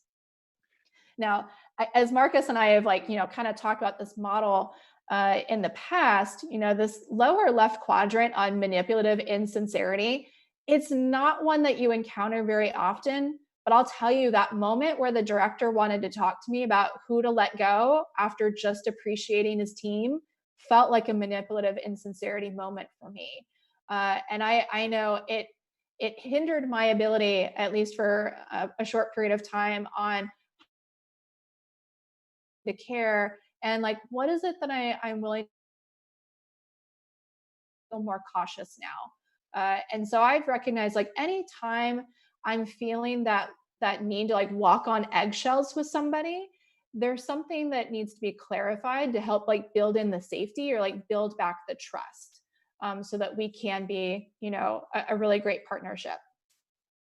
Yeah, and one thing I like to bring up, because when we have this model in front of us here, and to me is when we gave this talk a couple of years ago or something, somebody stood up and kind of asked the question, well, for me, obnoxious aggression seems difficult. This was a very quiet individual. You could tell just by the way they presented themselves, right? They were super quiet. They didn't want to even offend us as they were kind of asking the question. That's almost how it came across to me. And we pointed out to them, and this is true for anybody, right? One's person, what she might think is obnoxious aggression is probably going to be taken as radical candor to other people because of where she sits in this model on a day-to-day basis. Yeah. She is way over in that ruinous empathy quadrant, to the point that even if she comes over just even slightly into radical candor, she might think she's being aggressive and obnoxious. Most people are going to go, this person never tries to offend anybody. And so the fact that she's even telling, me this, I need to listen to what this person has to say. And so I thought that was super important, that you need to be aware that it's okay to kind of push the limits of maybe even what you're comfortable with, in order to kind of bridge the gap sometimes into radical candor. Yeah, that's a great point. Because I do remember like the Scrum Master that we were working with, like she's high empathy. She is all about caring for the individuals. That's why they always had like a note or a gift, from her, showing her appreciation. That was like one of her superpowers. And so as we started working together, I was like, she's caring personally, I'm challenging directly. It's like a good cop, bad cop dynamic. But we had to like change things after a while. And I said, you know what? In order for me to like leave with a clear conscience, I need you to step into challenge directly. I need to see that you can play bad cop in some circumstances, that you're really willing to like address the stuff that matters the most. Because this group needs it from you, the company and the team. And it was uncomfortable for her, but after she had been observing me, and how I do it, she could kind of find her own path into it, and I could provide her some support and some feedback in that. And quite honestly, like I learned an awful lot about empathy, watching her in action. And so like both of us got to grow through that relationship. So as we proceed to the next slide here, Allison, real quick, I wanted to address a question that was asked in the chat. Do hidden salary rates in a company, do you consider that a form of a manipulative tool? I will say that I personally don't. I think when you are very open about salary at a company, and I've actually seen this just and some of my dealings with clients, that when people find out what other people make sometimes, or when that's talked about a lot, it can lead to other problems that kind of are not worth dealing with if that information had been kept maybe under wraps. I will say with things like Glassdoor and other websites where salaries in general for individuals at different companies, and you kind of get an idea of what market rates look like. If you know that your company is above 10% above market rates typically, or 20% below, that gives you a good guess where everybody kind of sits for the most part. Do you really need to know that the person sitting next to you is making twice as much? Are you going to be a better employee for knowing that? Probably not. It'll probably put you into the obnoxious aggression category, and you might wind up getting yourself fired as a result. So that could, you're right. That could be a tricky one, because like unless we're like a small enough company and have this like strong collaborative culture, and we actually like all kind of weigh in on like how do we split a bonus between a group. And like really use that, productively to acknowledge like who's put in the most effort or who's grown the most, and make these, it almost feels like these like ideal, like adult, like super wise kind of decisions. You're right. It can kind of like spiral downwards just because there's so many different factors that, it could cause like the wrong behaviors, right? Like we might be instilling competitiveness instead of the cooperation that we were looking for, because we're just focused on that one data point of the salaries. Yeah. Great question though. Thank you for asking that. So as we come here, this quote kind of sums up a lot of what we've been talking about, which is building trust, asking questions instead of maybe declaring what you see, but stating it in the form of a question to let people respond to it, and then really truly seriously listen to what they're saying. Helps with all of this. And I think it's super important to realize that as you grow in an organization, as you become a leader, and I don't mean a director or a VP or a senior VP. I just mean a leader, with somebody who's viewed as a thought leader within the organization. It becomes more difficult, not less. You're early in your career, I'm guilty of this. When I started early in my career and I was just an engineer, and I saw a team lead, I thought, man, if I get to team lead, everything will just go smoothly because then I can get my way. Yeah. And then I got to team lead and I realized that wasn't the case, because I had an architect and, a director above me who were saying, or a manager above me saying, well, I need you to do it this way because it fits into the bigger picture of what we're trying to get done. I thought, if I can just get to, X position or Y position. And what I realized, especially through my consulting, is the higher up in an organization you go, the more difficult it is for you to get your way, because you're instilling what you want to get done into other people, and you need them to follow you. You can't just tell them what to go do and they'll go do it. As great as that sounds in your head, it won't always work out for you that way. So you really have to get people on board. Right. Yeah. I think especially like the executive gives the order, the people many layers below go do the thing, but they discover some information that starts to indicate this is a bad idea, this is the wrong path. That information very rarely makes its way back up to the executive. And so like we could have like a really like bad situation kind of brewing when we're just taking orders. But this idea of like, how do we become like that trusted leader within our own organization? And that's going to take some practice. I think Marcus and I have recognized that journaling as a way of like preparing for tough conversations is really effective. And this is something that we do within our company. Our executives, actually taught us this approach. And so we've modified the template a little bit, for our own purposes, to use or to build upon that radical candor model and the collusion diagram that we talked about. So Marcus, I want us to walk through an example. And because you're so familiar with the performance journal, this is me like your 3-minute of coaching through it. Yeah. And as we're doing this, I just want to, anybody watching, if they are happy to post questions, we have about, I think, 7 minutes left. So we'll go through this and try to answer a couple of questions before we have to wrap up. Cool. Yeah. So go ahead. So yeah, we're gonna kind of role play this, but I basically have to bubble up to my executive leader that a death march we were on, this game of chicken that we've all seen in other organizations, that we're gonna miss this deadline that everybody's been waiting for us to deliver on. Yeah. So my goal here, Allison, is to not get fired. I know this executive, and I know I'm going to be yelled at. I just want to not get fired. That's a really clear desired outcome. I hear that. So the goal is to like keep your job, and it feels like there's like a real risk there. Like this could really go sideways pretty quickly. So I'm wondering, like, do you trust this person? Do you care about them? I don't, because they have fired individuals within the organization for what appears to be nothing.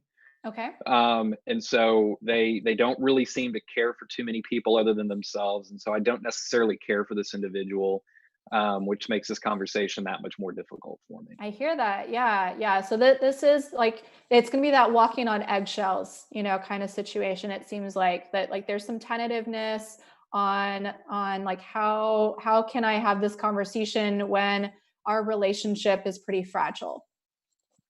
Yeah. Sorry, go on. Yeah. So then your willingness to challenge them directly, I imagine, is rather low. Very low. Very low indeed. Got it. All right. So let's think about like the previous conversation that you've had with this executive. Like, what did you do? What did you say? What did they do?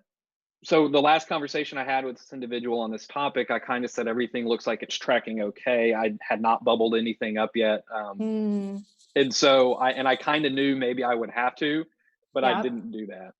Got it. So as you imagine, like what he thought, like what he kind of felt, hearing upon that, how would you describe it?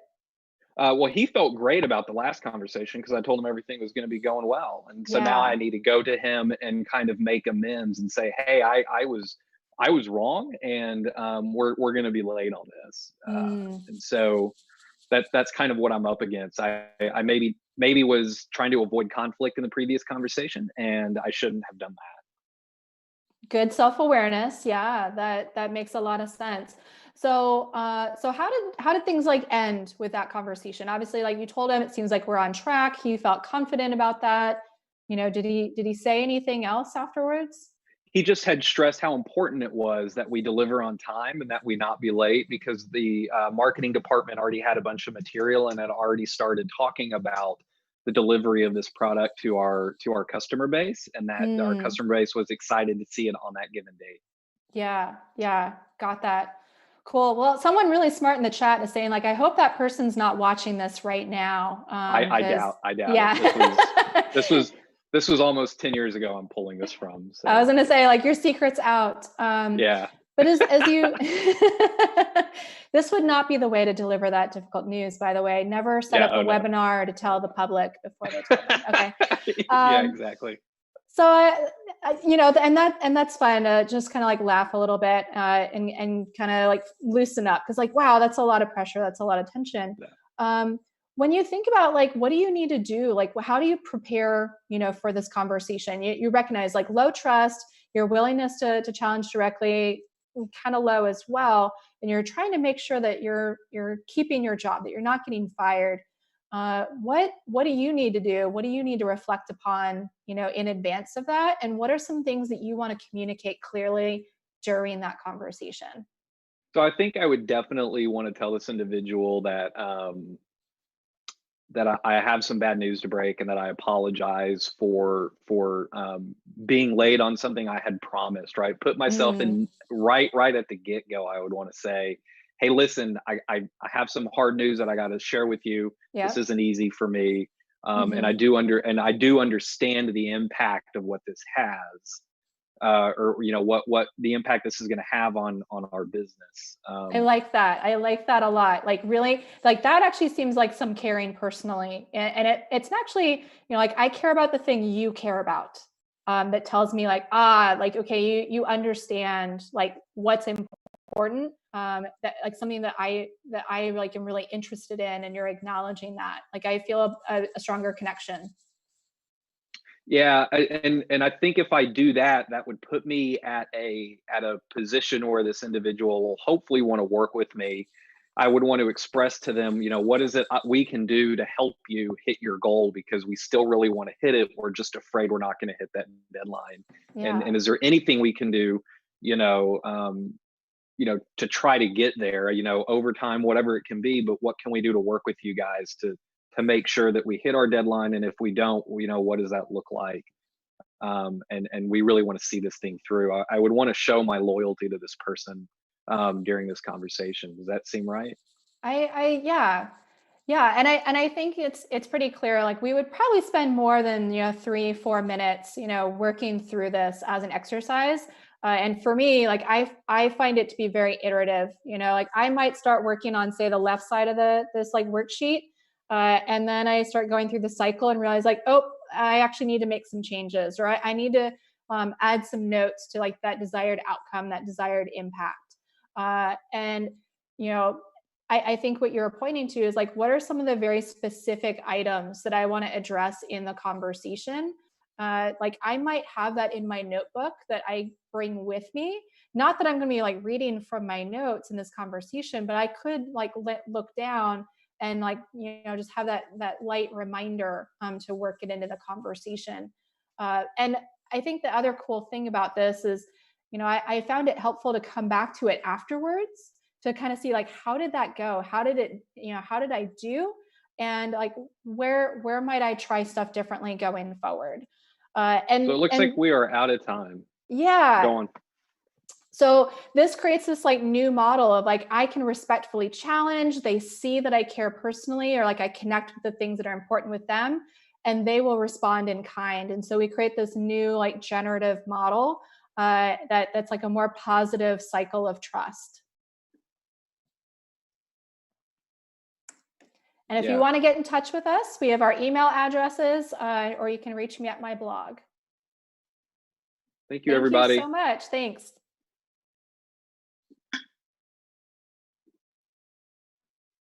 I don't know if we're still on. It's the beauty of live stream. It is the beauty of live stream. Well, thank you, We Allison got a and thanks. Marcus. Thank you, whoever said thanks. I really appreciate it. Yeah, this is Christopher. I'm going looks ahead like we and are- transitioning you off. Thank are you we for done? presenting Check. today. Let me hit the live No. button and look. No, we're not. Awesome. Okay, well, it was... Oh, we got our last slide up there. Thank you. Yes. Okay, well, thank Really you so much, appreciate that. Allison and Marcus. It was great to have you here today. I was switching over to my webcam one so I could transition away. But yeah, it was okay, great. yeah, we were like, I saw the time and I'm like, we must be done here. I wasn't sure, but I figured we were. Perfect. So we wanted to just get all the slides up there. Yes, well, thanks so much for sharing. It was great. I do want to let people know on the channel here that here on track 2, we've got Passwords Are So 1990 with Sam Bellin coming up next. And in track 1, if you want to check the description, we've got a link to the other track. We've got Matt Eland with Technical Debt Must Die. So feel free to change across those tracks as you're going. And we look forward to having you in the... throughout the rest of the day. I hope that your day has been going well. A reminder that we've got more discussion going on in the Slack channel, so you can join over there as you're going. Well, I'll talk to you again at lunch, and we look forward to the next speakers. Thank you, everybody. Appreciate it.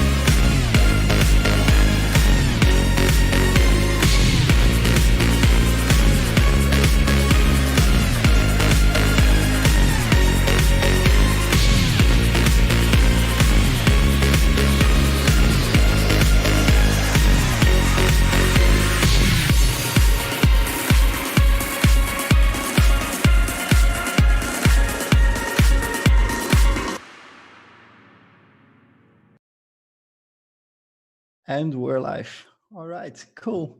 Thank you everybody for joining me today. Today I will be talking about passwords, and not necessarily in a good way, because passwords have been around since a very long time. And there might be some things about passwords that annoy me. So a little disclaimer, if you like passwords, if you're very passionate about passwords, you might want to switch to track 1 of this conference instead of sticking around. But if you do stick around, I hope you will enjoy this talk and maybe learn a thing or two about passwords and see what the future might hold.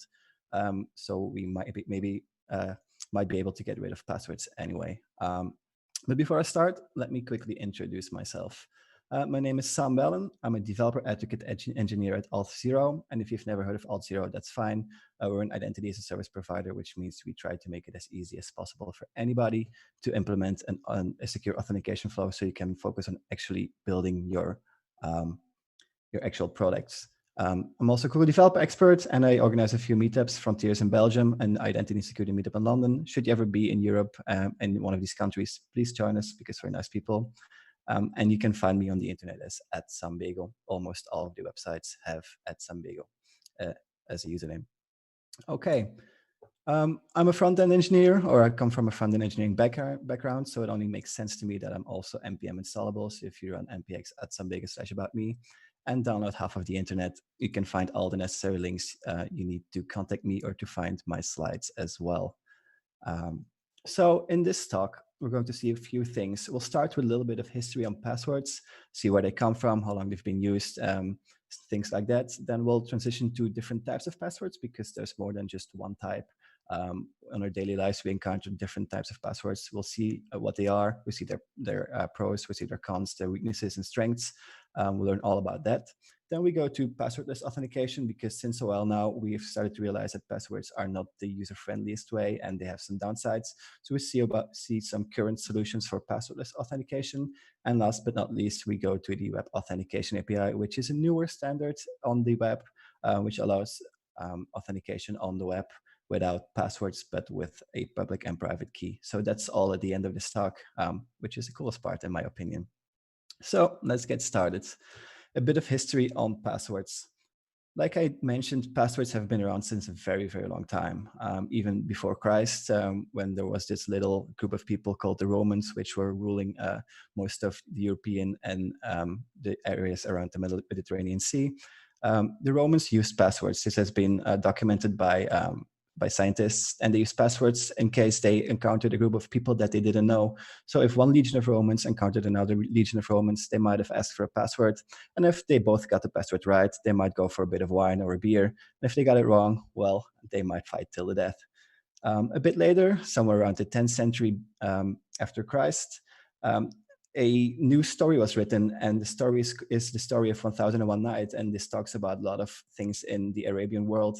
And one of the stories inside of the story is the story of Ali Baba and the 40 Thieves. And you might be familiar with it, but basically the story goes, there's 40 thieves who are stealing all the gold and jewels in all of the region, and they hide it in a cave. And in order for somebody to open that cave where they hide all the gold, you have to say the magic phrase, "Open Sesame." And "Open Sesame" basically is a password. It's a password to open the cave in this story.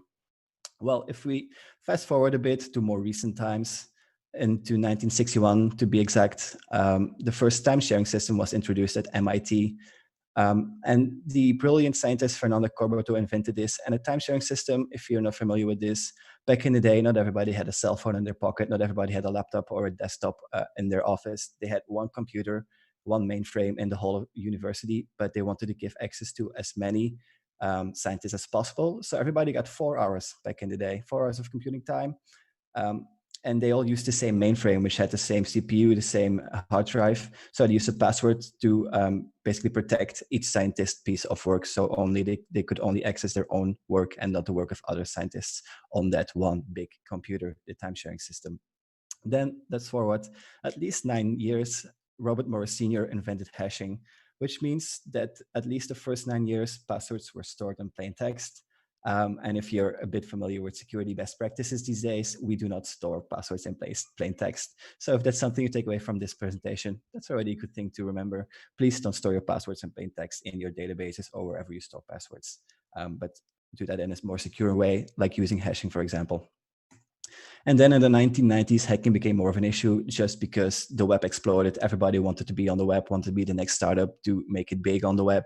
So when there's a lot of companies on the web which deal with a lot of data, there's also people trying to misuse that data and trying to steal the data, and hacking became more of an issue. So people tried to get access to the databases of all these companies new to the web. So we've seen a bit of passwords. They come from all the way before Christ, from the Romans, and probably even before that. And they were first introduced in computer science around 1961. And we've been familiar with them ever since. So let's look at a few different types of passwords. The first one, first we have to ask ourselves, what is a password? And to me, a password is anything that's a shared secret. So it doesn't matter which form it has, as long as it's a shared secret that me and another party know, then it's a password to me.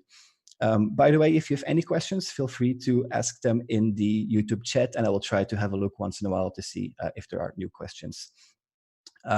So the first type of password, it's the one we're most familiar with. It's a string. Anytime we want to log in on a website, or most of the times, we enter a username and a password, and that password is a string. Of course, your password is not going to be password1234. I hope if this is your password, I might urge you to change that password, as it's not a real good one. My first password when I was very young and we got our first computer with internet at home was cold dog. I don't know why I chose this, but I thought it was funny back in the day. I was young, like I said. I don't use this anymore, so don't try to hack my Gmail or any other accounts, because this does not work anymore. But usually a password is a bit longer. It's some random characters. It has some digits, maybe a symbol in it. It looks a bit like this. And the downside of these complex types of passwords is they can be hard to remember if they are complex. But if you use a complex password, you can also use a password manager, and they can help you remember them. They can even generate them for you, so you don't have to do that yourself. But because they're hard to remember, it also means that they can be hard to guess by other third parties, people who want to try to guess your password, who want to try to force their way into your accounts because of their complexity. The next type of password is a PIN code, and a PIN code is just a few numbers. This can be 3, 4, 5, 6. It doesn't matter. Usually it's around the 4-ish type number, so 4 digits.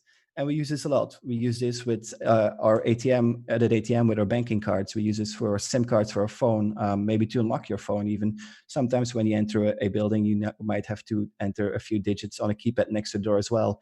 These are all PIN codes. And a PIN code is just a password in the form of digits instead of a string. And the downside is they're not so hard to guess because, well, the math is easy. If you have 4 digits of a PIN code, there's not too many combinations. So it's a limited set of combinations, so not hard to guess. But they're often combined with a maximum allowed number of guesses. For example, I can only try 3 times with my banking card or with my SIM card. And after those 3 times, if you've had 3 times that you fail to get the right PIN code, you're done. You cannot go any further anymore. But they're fairly easy to remember for anybody who needs to actually use that PIN code.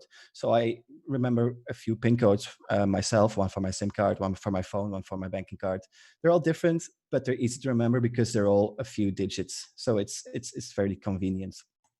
And they're usually used with something physical, in combination with something physical, the actual banking card, the actual SIM card in your phone or your actual phone, the keypad next to the door. So even if somebody would be able to guess your PIN code, they also need access to that physical thing. So the combination of that physical thing and the PIN code makes them a bit more secure anyway. All right. There's one question in the YouTube chat. Is that Robert Morris, the father of the notorious Robert Morris, responsible for the Morris Worm in 1988? And I'm sorry to admit, but I do not know the answer to that. But that might be something that we can Google later. Good question. Thank you.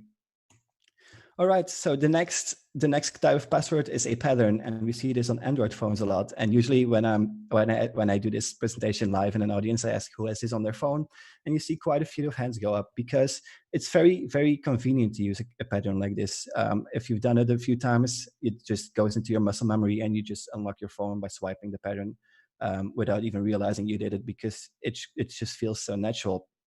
But this pattern, of course, is also a type of password. And in the background, this might be translated to a PIN code, might be translated to something else, but it's a type of password anyway. The downside of this, touchscreen often revealed the pattern as a dirty spot because, well, we don't clean our screen after every time we enter this pattern, we enter this password. Nobody does this. If you do this, you're very nice and keep on doing this, but I think most of us are too lazy to do that anyway. So these touchscreens often reveal those patterns. And people often use their initial letter. Like for me, the S would be my initial letter, or the lucky number. Maybe that's 1, maybe that's 4. So it might be easier to socially engineer or to guess the pattern if you use one of those things related to your identity. And people often do this because they have a connection with their initial, for example. But if you use a pattern, it's very easy to remember. Like I said, it goes into your muscle memory. So you can do it automatically after a few times. So it's very convenient. So we've seen a few types of passwords: a string, a pin code, a pattern. There are a few others out there, but basically anything that's a shared secret, like I said in the beginning, is fine for that. So what's the problem with passwords? Well, let me illustrate this for you. And on the slides, we have a regular login form like we see on most websites these days. You have a username, you have a password. And when you log in, of course, the first time you fail because nobody is able to type their password correct from the first time. That's normal, right? So you retype your password and you do a second guess. And again, doesn't work. What's wrong? Maybe I drank a bit too much beer. I'm drunk. I'm a bit sleepy. Doesn't matter. But of course, the third time is the charm. So the third time it will work. Still failed. So what do? You're going to reset your password. So you try to reset your password. And when you do so, you get this message. This is something that I've had happen a few times. And again, when I ask this to a live audience, I see a lot of people who are familiar with this. Your password is the same as you cannot reset your password because the one you entered is the same as your old password. So you thought you forgot your password, but in reality, you just mistyped it again because there might be a lot of reasons why you mistype your password. So passwords are very annoying. They're very inconvenient. They're not user-friendly at all. They make me angry at times. So passwords can be annoying. If you use a password manager, they can help you remember your passwords. They can help you with inputting your passwords, so it makes the typing part go away, but it's still a bunch of passwords, and it's still annoying because you need a third-party app to handle your passwords. It's not really the best thing in the world, even though I can recommend password managers. Passwords itself have a problem or a few problems. And one of the biggest ones is that user data can get stolen. Especially lately, we see a lot of hacks going on. We see a lot of public data, of private data being leaked or being accessed by people. If you look at some data from last year, in January 19, Marriott Hotels lost 383 million records. To be clear, all of these examples doesn't mean that they lost passwords. I think none of them actually lost plain text passwords, luckily. But it does illustrate that a lot of people are trying to hack bigger companies, bigger websites that handle a lot of data, and are trying to access all that private data. So if you can get rid of passwords, that's already one piece of private data that we don't have to worry about anymore. So if we go to April 2019, Facebook lost 540 million. August, MoviePass 160 million. September, Words with Friends, 218 million. And then in October last year, People Data Labs lost 1.2 billion records. That's a lot of data. And if these don't contain passwords, because we don't use passwords, that would already be a great thing, even though it's never a good thing when a company loses data or when somebody hacks a company and gets access to data without being allowed to access that data. If you use Auth0, we have a nice feature which is called the breach password detection, which basically means that if one of your users tries to log in with a combination of a username and password that has been known to be breached, we will notify that user, we will notify the admin of the website, and they can maybe ask the user to reset their password to create a new one. If you don't use Auth0, there's also a nice Chrome plugin for that does exactly the same thing. When you try to log in on a website with a combination of username and password that has been known to be breached, because there's databases of those, the plugin will notify you that, hey, maybe you should reset your password. So if you use this and you see this plugin tell you that your password has been breached, please reset your password. So a few tips for good passwords. The first one, use a complex password. And I must say that length is more important than the actual complexity. But the more complex, the longer, the better the password in general. Don't use any personal data. So don't use the first name of your mother, for example, because people might be able to socially engineer your password. They might be able to guess it because they know you, or they might start following you on Twitter or Facebook and get some personal data from you. So don't use any personal data in your passwords. Don't reuse passwords, which means that any website you register for, you create a new password. Don't reuse passwords across multiple websites, because if one website loses your password, those passwords might be used with credential stuffing attacks on other websites, which means that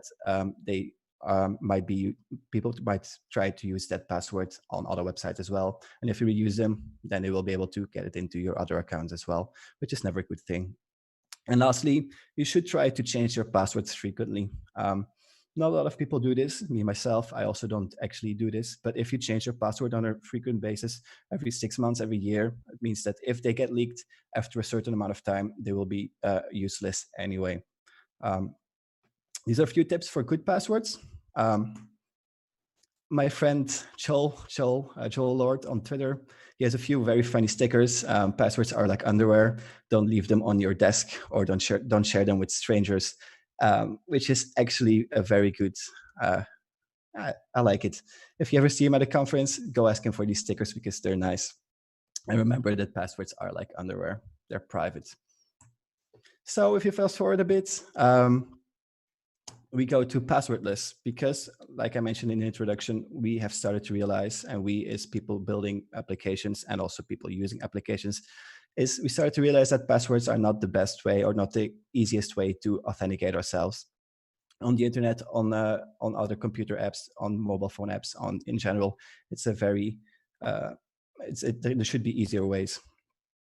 And the first example of a passwordless approach would be one-time passwords. And I'm sure most of you will be familiar with them in a certain way or the other. But they're often valid for one-time use, which means once you use them, they're not valid anymore. They often expire after a certain time, maybe 30 seconds or 2 minutes, but they're only valid for a certain amount of time. And after that, they're also not usable anymore. And they're usually sent directly to the user, which means that you request a password whenever you need, and they're sent directly to you. This can be sent in an SMS. And if you use iOS or Android and you get an SMS with a one-time password, they both have a functionality that lets you easily input those one-time passwords with the press of a button. For example, here I get a one-time password for my second factor authentication on GitHub, and my keyboard just noticed that I got a text with the one-time password, so it just lets me tap that keyboard, which is very convenient. I don't have to type all the numbers myself. But the downside is that not all telecom operators take security serious, which means that in most cases, SMS messages can be intercepted. I'm not saying that they will be intercepted, but there's always a possibility, which means that somebody might be able to get to your one-time password before you do. And you need your cell phone on hand, because it happens to me quite a bit that my cell phone is in another room and I'm on my laptop and I try to log in and I have my second factor authentication with a one-time password, which is sent to my phone. So I have to go and find my phone before I can actually log in, which is annoying, but it's just a downside of having a bit more security. The second way that these one-time passwords are sometimes sent is sent in an email. For example, if you're using Slack, I know that this conference also has a Slack channel, so maybe all of you are on Slack. You have the opportunity to get a magic link, and this link, when you click on it, it will log you in automatically. But basically, this link contains a one-time password, and that's sent directly to my email address. Which is nice because you don't need a second device, because usually you have your email set up on the device you're trying to access a website on anyway, most of the time. But again, emails can be intercepted, so people might be able to get to your password before you do. It's a downside of using emails and SMSs. The chances are not that big, but there's always a possibility that that happens. The next way is an authenticator app. And I see this being used by a lot of people. Most people use the Google Authenticator app, which is a really good app. It works quite well. And what this does is it generates a one-time password for you. And this password is only valid for 30 seconds. You can add a bunch of websites to those apps. But it basically creates those one-time passwords instead of sending them to your email or to your cell phone. We also have one at Alt0, which is called Guardian. Does exactly the same thing. It generates a one-time password. And there's a bunch of others out there. Duo has one, LastPass has one, there's Authy from Twilio, Microsoft has one, and I'm sure there's a bunch of others out there as well. So you have a bunch of choice, and I do recommend these because they work with a shared secret, and based on this secret, the app can generate a one-time password, and there's no need to send this to your phone or to your email. And they're often time-based, which means that after 30 seconds, for example, they will generate a new password, which means that those one-time passwords are only valid for a very short period of time. The period of time usually needed to actually use this one-time password. For example, in the Google Authenticator app, your numbers become red and the pie chart on the right will get very small when your time runs out. And they can also be push-based. For example, this app can send you a push message on your phone. You just click on the push message and you're logged in. No need to worry about typing in the numbers yourself. Just click on the push message and you're magically logged in. But they rely on a shared secret between the app and the authentication service, which means that if the secret gets leaked, somebody might be able to create those one-time passwords and basically falsify those one-time passwords. So that's why it's called a secret. Those secrets should always be kept secret. Next up, social login. It's something like login with GitHub, login with Google, login with LinkedIn. We see a lot of websites offer this functionality these days. Also, mobile apps do it a lot. And it's just because we know that most users of our websites, of our mobile apps, already have a Gmail account or have a Microsoft account or have a GitHub account. So why not reuse those accounts and let them log in through them? It's very convenient. The user doesn't have to enter all their user data again, doesn't have to remember an extra password for you again. So it gets used quite a bit. I'm a big user of it myself. I use it whenever possible because I'm a lazy person. I like this. And like I said, it's one less password to remember. If I use login with Google everywhere, it just means that I have to remember my Google passwords and no other passwords for any of the other websites out there that I use login with Google with. It also means that I only give a password to a service I trust. If I log in with Google, I kind of trust Google to handle my data and to handle my passwords in a secure way, even though they also lost some passwords in plain text last year. But in general, I think they know what they're doing. So if I log in with Google or GitHub, it kind of means that I trust them to handle my passwords, and I don't have to give a password to a service that I maybe want to be trying out, but don't really trust yet because they're new or I've never heard of them before. But it also means that you rely on another service for authentication. So if the Google authentication system goes down, it means I'm locked out of a lot of services as well because they need to do the authentication part for me. You rely on another service. That's a downside. Some other authenticator apps are It's Me. That's something we have here in Belgium. It's linked to your ID card. You have Yoti, which does some very cool facial recognition stuff. So you can basically log in with your face. And it's quite advanced. It's super cool. I would say definitely check them out. And then there's VoiceIt, which does the same thing, but then based on your voice. So there's some voice recognition and lets you log in with your voice. And these kind of one-time passwords and these authenticator apps, we've seen them, we might have used them, but they're often used as a second factor because that's how we do it these days. We have a first factor, which is our password, our username password, and a second factor to be more secure. It's a one-time password, or it's generated or it's sent to you, doesn't matter. So they're often used as a second factor. But they don't have to be. They could also be a first factor in theory, but let's move on to the Web Authentication API because that's even cooler than this intermediate approach that we just saw with one-time passwords. The Web Authentication API is often called WebAuthn for short. So if you want to Google some more information about the Web Authentication API, Googling WebAuthn might give you some more information just because as developers, we're very lazy. So if we can type something shorter like WebAuthn, we will do this. But what this is it's basically a key-based authentication mechanism on the web. And what this means is that you have a private key and a public key, and they handle the whole authentication flow. There's no need to use a password anymore. You just use your private key and your public key information to do the authentication. And they use a hardware authenticator. And that hardware authenticator will store your private key. It will sign some challenges. It will do some things during that authentication process. But that's the only thing that authenticator will do. It will only concern itself with authentication. It's something special. It's hardware. and it often looks like this. And you might have a YubiKey or a Google Titan key. There's a whole bunch of different of these authenticators out there. You have them in open source all the way to the right. You have them for USB-C, you use USB-A, you have them for Lightning, for your iPhone, you have them with Bluetooth, NFC, and you even have them with a screen like the Trezor on the left. So there's a whole bunch of them out there. And these are all authenticator devices, which means that they know how to store private key information securely, and that they know how to use a private key to sign challenges. Like I said, you have them in USB, you have them in Bluetooth Low Energy, you have them with the NFC, which means that you can use them on almost any of the devices out there if they support the WebAuthn API, which means if the browser supports the WebAuthn API. Because the Web Authentication API is a browser API, it's meant for the web. It's implemented by browser vendors, by Chrome, by Firefox, by Safari. And you access that API through JavaScript because that's what we do on the web. So who has one of these? I cannot see you raise your hand, but I'm assuming that some of you have one of these authenticator devices, like a YubiKey or Titan key, and some of you do not. Don't worry. I'm going to show you what this does, how it works, and why it's so cool. So in this example, we have a login field, but there's no password field anymore. There's only a username because I have to tell the website I want to log into, hey, it's me, it's Sam. Can I please log in? So if I click on login, by the way, I have one of those YubiKeys attached to my laptop, which I will use in this demo and the future demos in this talk as well.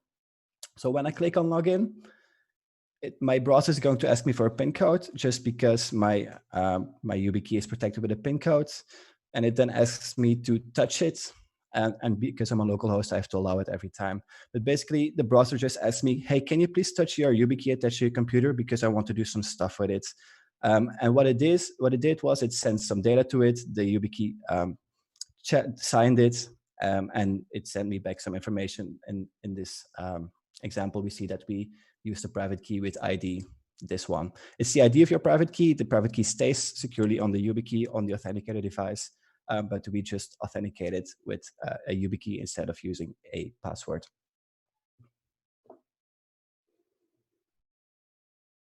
So I already asked you who has one of these. Some of you might have one, or a few, some don't. But if I ask who has a modern device, which is a device that's less than 5 years or 10 years old, I think most of you will have a laptop or a phone that's quite recent. And then I'm happy to say that most of these devices have a special chip built into the chipset that does exactly the same thing. It just generates public and key pairs and stores those private keys securely and knows how to use those private keys to sign data, for example. So if you have a modern device, like my laptop is a modern MacBook Pro with Touch ID, you might be able to use that special chip instead of the external YubiKey or the Google Titan key or authenticated device. So again, we have the login screen with only my username. I tell the website, can I please log in? When I click on login, I have to switch to Chrome because my Brave browser has a little bug on it. But when I click login, my Chrome is going to ask me, hey, can you please touch your Touch ID? And when I do so, I have to allow it again because I'm a local host, but we get the exact same result. But instead of using an external USB YubiKey, I used my Touch ID built into my MacBook Pro to do the exact same thing, to create a public and private key pair and to share some data with that private key. So basically, I just logged in with my Touch ID, which is pretty cool. No need to remember a password. My fingerprint is on my hand all the time, so just touch my Touch ID and I'm logged in. It's pretty cool. I'm really happy, really excited about this, but how does this actually work? Because it seems a bit like magic that you can just log in with your Touch ID or with a YubiKey on a website. It sure sounds like it should be very complicated and it should be a lot of work to do that. But it's not that complicated at all. The first thing you need to do is create new credentials. Like with any website you want to register for, you used to register a password. Now we're going to register an authenticator device. You can register multiple, but you have to start with one anyway. So you register your YubiKey or your Touch ID or something, one of those authenticator devices. So the user types in their username while registering on your website, and the browser then relays that username to your backend. And the backend, your authorization server, usually is going to generate a challenge. And a challenge is basically an array buffer with some random or randomish data. Your authorization server is going to generate a challenge and send this to the browser, which will relay that challenge to your authenticated device, which will often ask for user interaction. Like my YubiKey asks me every time to touch it, just so it knows that I am actually here, that I actually want to do this action. So after this user interaction, the YubiKey or the authenticated device is going to create a new private key and public key pair and use that private key to sign that challenge. How signing of challenges works, I'm not going to go deeper into that, but basically it uses this private key to do some mathematical operation with that challenge and then send that signed challenge together with some public key information, which belongs to the private key, and the ID of the private key to the browser, which will then relay that to your backend, and you can safely store that public key information and that ID of your private key, because the private key stays secure on your authenticated device. The only thing that gets sent back from the authenticated device is public data, public key data, and the ID of the private key. So only an identifier, not the ID, the private key itself. So once you've registered, the next time you go to that website, you want to log in using that authenticated device, using that YubiKey, using that Touch ID in your MacBook. So you're going to type in your username again. You could say, hey, it's me, Sam. I want to log in again. I've already registered before, so I should be good to go. So you type in your username, you send it to the backend, and the backend is going to check in the database like, hey, do I have some data for this Sam person? And turns out I have some public key information. And I have a raw ID of the private key. I know my slides say public key, but that's the raw ID of the private key. So it's going to send this to the browser, which will then relay that to your authenticated device. And that authenticated device will be like, do I have a private key that has this ID? I do. Okay, I'm going to use this private key, sign it, ask for some user interaction because I want to make sure the user is actually doing this. And then sign the challenge that you just sent me with that private key of which I had you had the ID stored in your database, and send it all back to your backend, so you can use the public key information to be sure that the right private key has actually signed the challenge. So to recap, because it's quite a few steps, you start by registering an authenticated device. So you request a challenge, an array buffer with some randomish data. You sign that challenge with a private key that's been generated on the authenticated device. And then you send back the signed challenge together with the raw ID of the private key and some public key information, which you can store in your backend together with your username. So instead of saving a password, you save the public key information and the raw ID of the private key on your authenticated device. And the next time the user comes back and wants to authenticate, you request a challenge again, that array buffer with random data. And you also check in your database, do I have a raw ID? Do I have an ID of a private key stored for this user? If so, you send this to the authenticated device so that the authenticated device knows which private key to use, and it uses the correct private key to sign that challenge, and you send it all back to your backend so you can compare the public key information together with the signed challenge, so you know that it has been signed by the same private key that you registered previously, because that public key information is linked to the private key. So that's the way it works in a very abstract way. So let's look at some code. George also mentioned, I believe that Touch ID and fingerprints have a legal issue. Law enforcement can compel you to swipe your finger on your phone, laptop, but they can't compel you to reveal your password. Yep, that's a very good remark.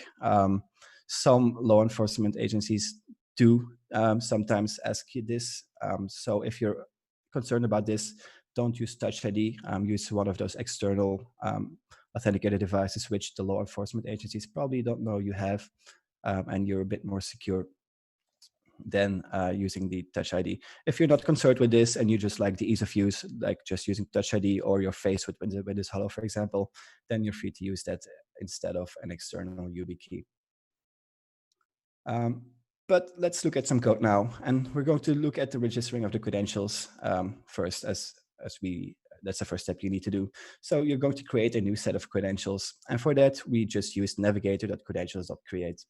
And this is one of two methods by the Web Authentication API. They both live on their navigator because they're implemented by the browser. And you can access them by JavaScript. So you call navigator.credentials.create, let's create a credential, and that accepts a bit of configuration, an object with some parameters that you can tweak and tune to your own liking, and they're all related to the public key information. The first one is a challenge again. It's at array buffer with the random-ish data. So you're going to pass along that challenge that's been generated on the backend. The second part is some information about the relaying party. And this is your backend. This is your authorization server. This is the piece of software that's going to handle the authentication. In this case, the ID is my website. The name is myself. But this relaying party information is usually some information about your authorization server. Also, some information about the user can be passed along with this, the ID, the name, the display name. You should be aware that the ID should be anonymous, so it cannot be linked to some actual user data by somebody external, but you can pass along an ID if you want to. And then you can tell the Web Authentication API which kind of algorithms you know how to use. In this case, I'm telling them that I know how to use algorithm -7. If you go to this website, you can see a whole list of algorithms. And if you look at -7, you can see that it's ES256. So -7 is a bit easier to type than ES256, but it's a whole list of algorithms and their corresponding value, number value. So you can pass along a bunch of algorithms that your backend knows how to use. And send them to the authenticator, then it will choose the most convenient algorithm for you out of this list of algorithms that you know how to work with.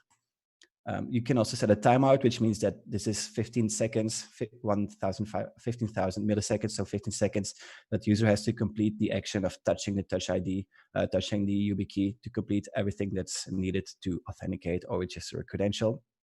Register a credential in this case because we're creating a new credential. And you can also exclude certain credentials if you want to. And then some information about the authenticator itself.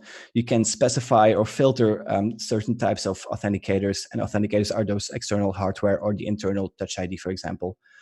So if you specify platform, it means it will only allow internal ones like Touch ID, like Windows Hello, the built-in chips into your devices. If you set this to cross-platform, it will only allow external ones like a YubiKey or a Google Titan key.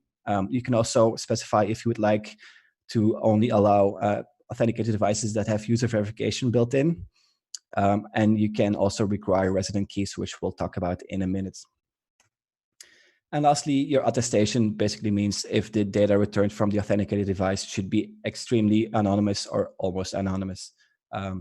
That's what attestation means. It's usually set to direct. So that's all you need to do to register a new credential. You do navigator.credentials.create. You pass along all the configuration you want to kind of set it up the way you like it.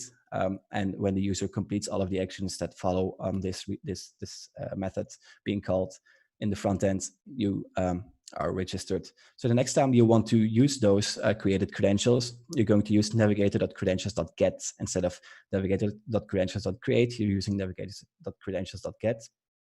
And again, it accepts some configuration. Again, a challenge, the array buffer. Then a list of allowed credentials. And these are the credentials that you've saved in your backend. So you might put them in this array, and the ID would be the ID of the private key on your authenticator device. And you can specify the way it should be transported, USB, NFC, Bluetooth, or any is fine in this case.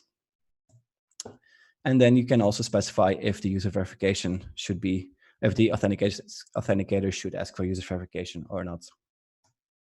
So it's a bit less configuration because the most of it happens when you create credentials. But once you've created the credential and you want to authenticate the user, the most important part is that you pass along the ID of the saved private key ID in this allowed credentials array. So the last thing I want to talk about is resident credentials, because in our previous examples, we still had to type our username, which I think we could get rid of as well.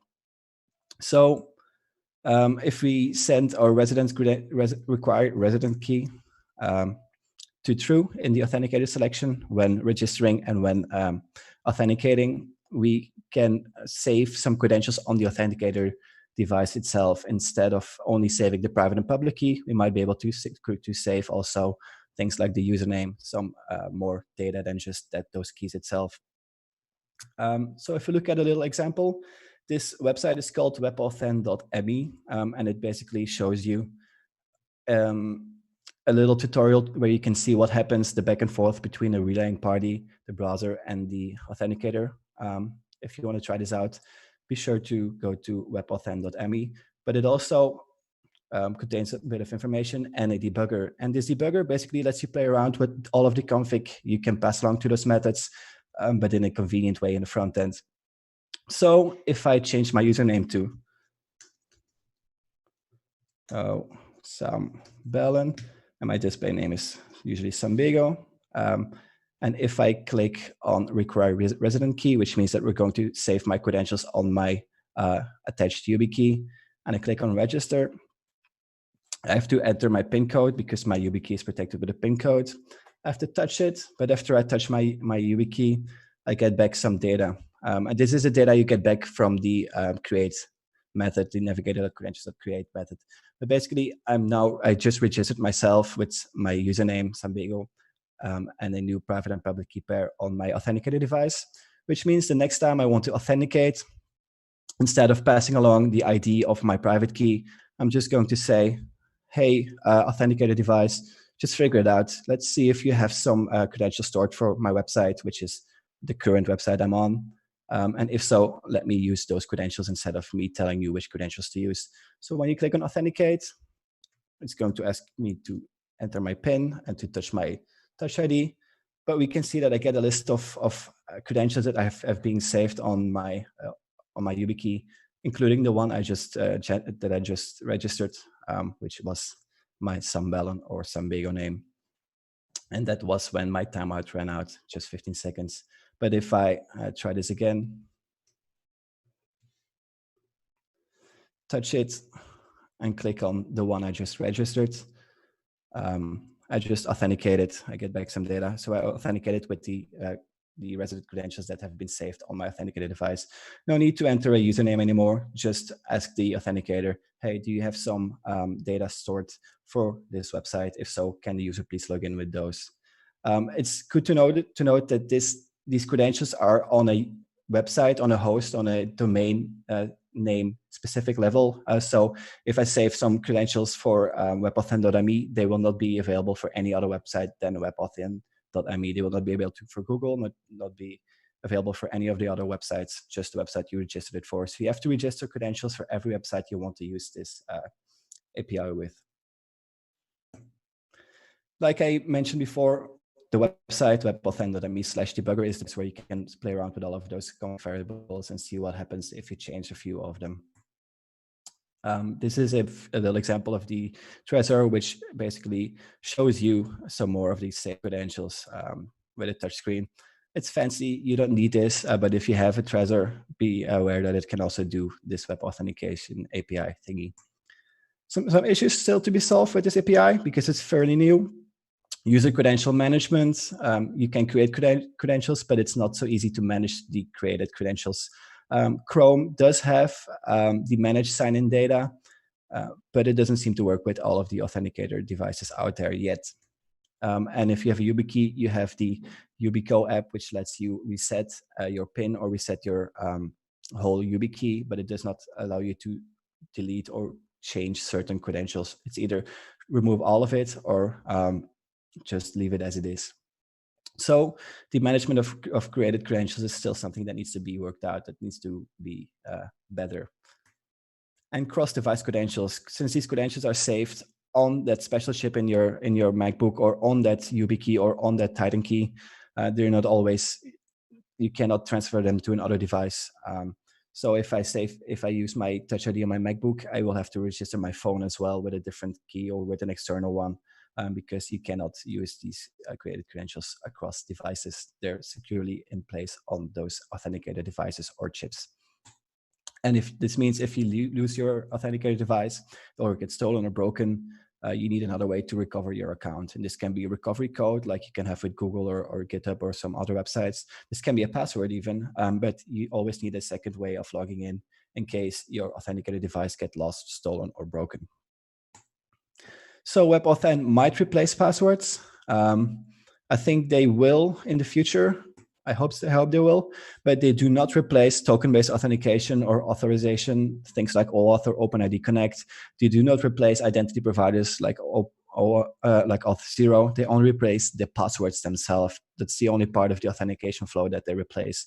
No need to type a password anymore. Just use one of those authenticated devices to authenticate. And it's a W3C recommendation, which means it's the final spec. The spec has been gone through all of the stages of W3C. And it works in all modern browsers. It works in Chrome, Firefox, and Edge, and it even works in the latest Safari on macOS and on iOS. And it also works on Firefox, on Chrome, on Android as well. So you should be able to use this on all modern devices. This is how it works on iOS. So where can you use this already? Google allows you to use it for a second factor. GitHub allows you. A lot of the bigger websites have support for it. Often these days as a second factor, just because we're not used to using this as a first factor, but I don't see any reason why we should not be able to use this in the future as the first factor to replace passwords altogether. In fact, Google and GitHub wrote some very good blog posts about their integration with the Web Authentication API.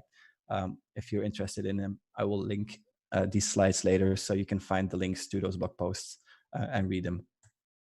WebAuthn.me, it's a website I showed you earlier.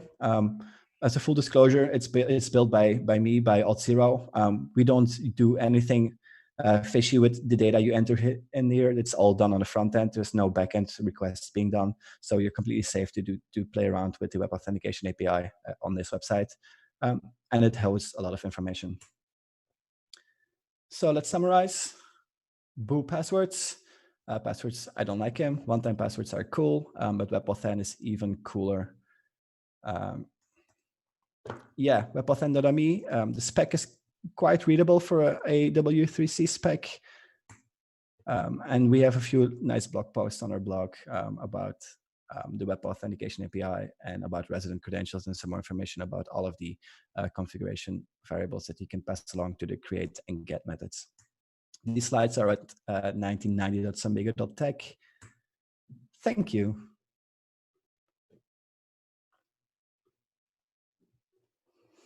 So let me check if there's some more questions in the chat.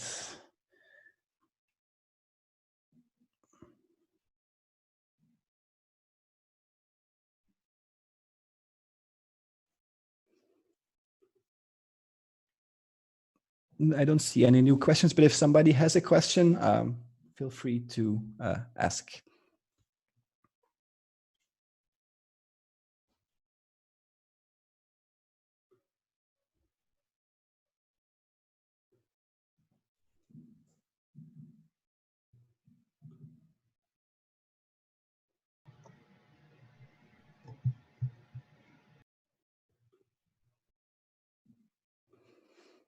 Yes, please. Okay. Well, thank you so much, Sam, for giving us a talk on authentication and passwords. I learned a couple new things. It was really interesting. I never thought of the smudging fingerprints and how people can get past some of these passwords that I thought were some of the safer ones. Well, all right, for the channel, looks like I am having some webcam issues on this one, actually. So, Sam, let's see. I'm going to go ahead and let you go. Thank you so much for coming and talking to us today. Thank you very much for having me.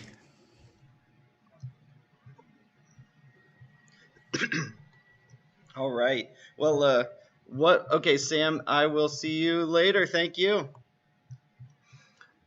All right, and what would some of these be without some technical difficulties? If the camera looks as bad on your side as it does on mine, then that is somewhat rough. So I'm going to switch over. All right, well, thank you everyone for coming out today. It has been a great talk this morning. Don't leave, though. We still have some content this afternoon. We've got 3 more talks coming on that'll be great. Now, I do have some lunch announcements, some fun things over lunch we'll announce and talk about. So as you take a lunch break here from 12 to 1, go ahead and go over to track 1. So you're in track 2 right now. The link is in the description for track 1, and we'll have some announcements over there, and also some fun with Animal Crossing swag and virtual graphics drawings of one of our talks this morning that we'll share out over lunch. So we look forward to seeing you there in about 10 minutes, and we will see you after lunch with more talks.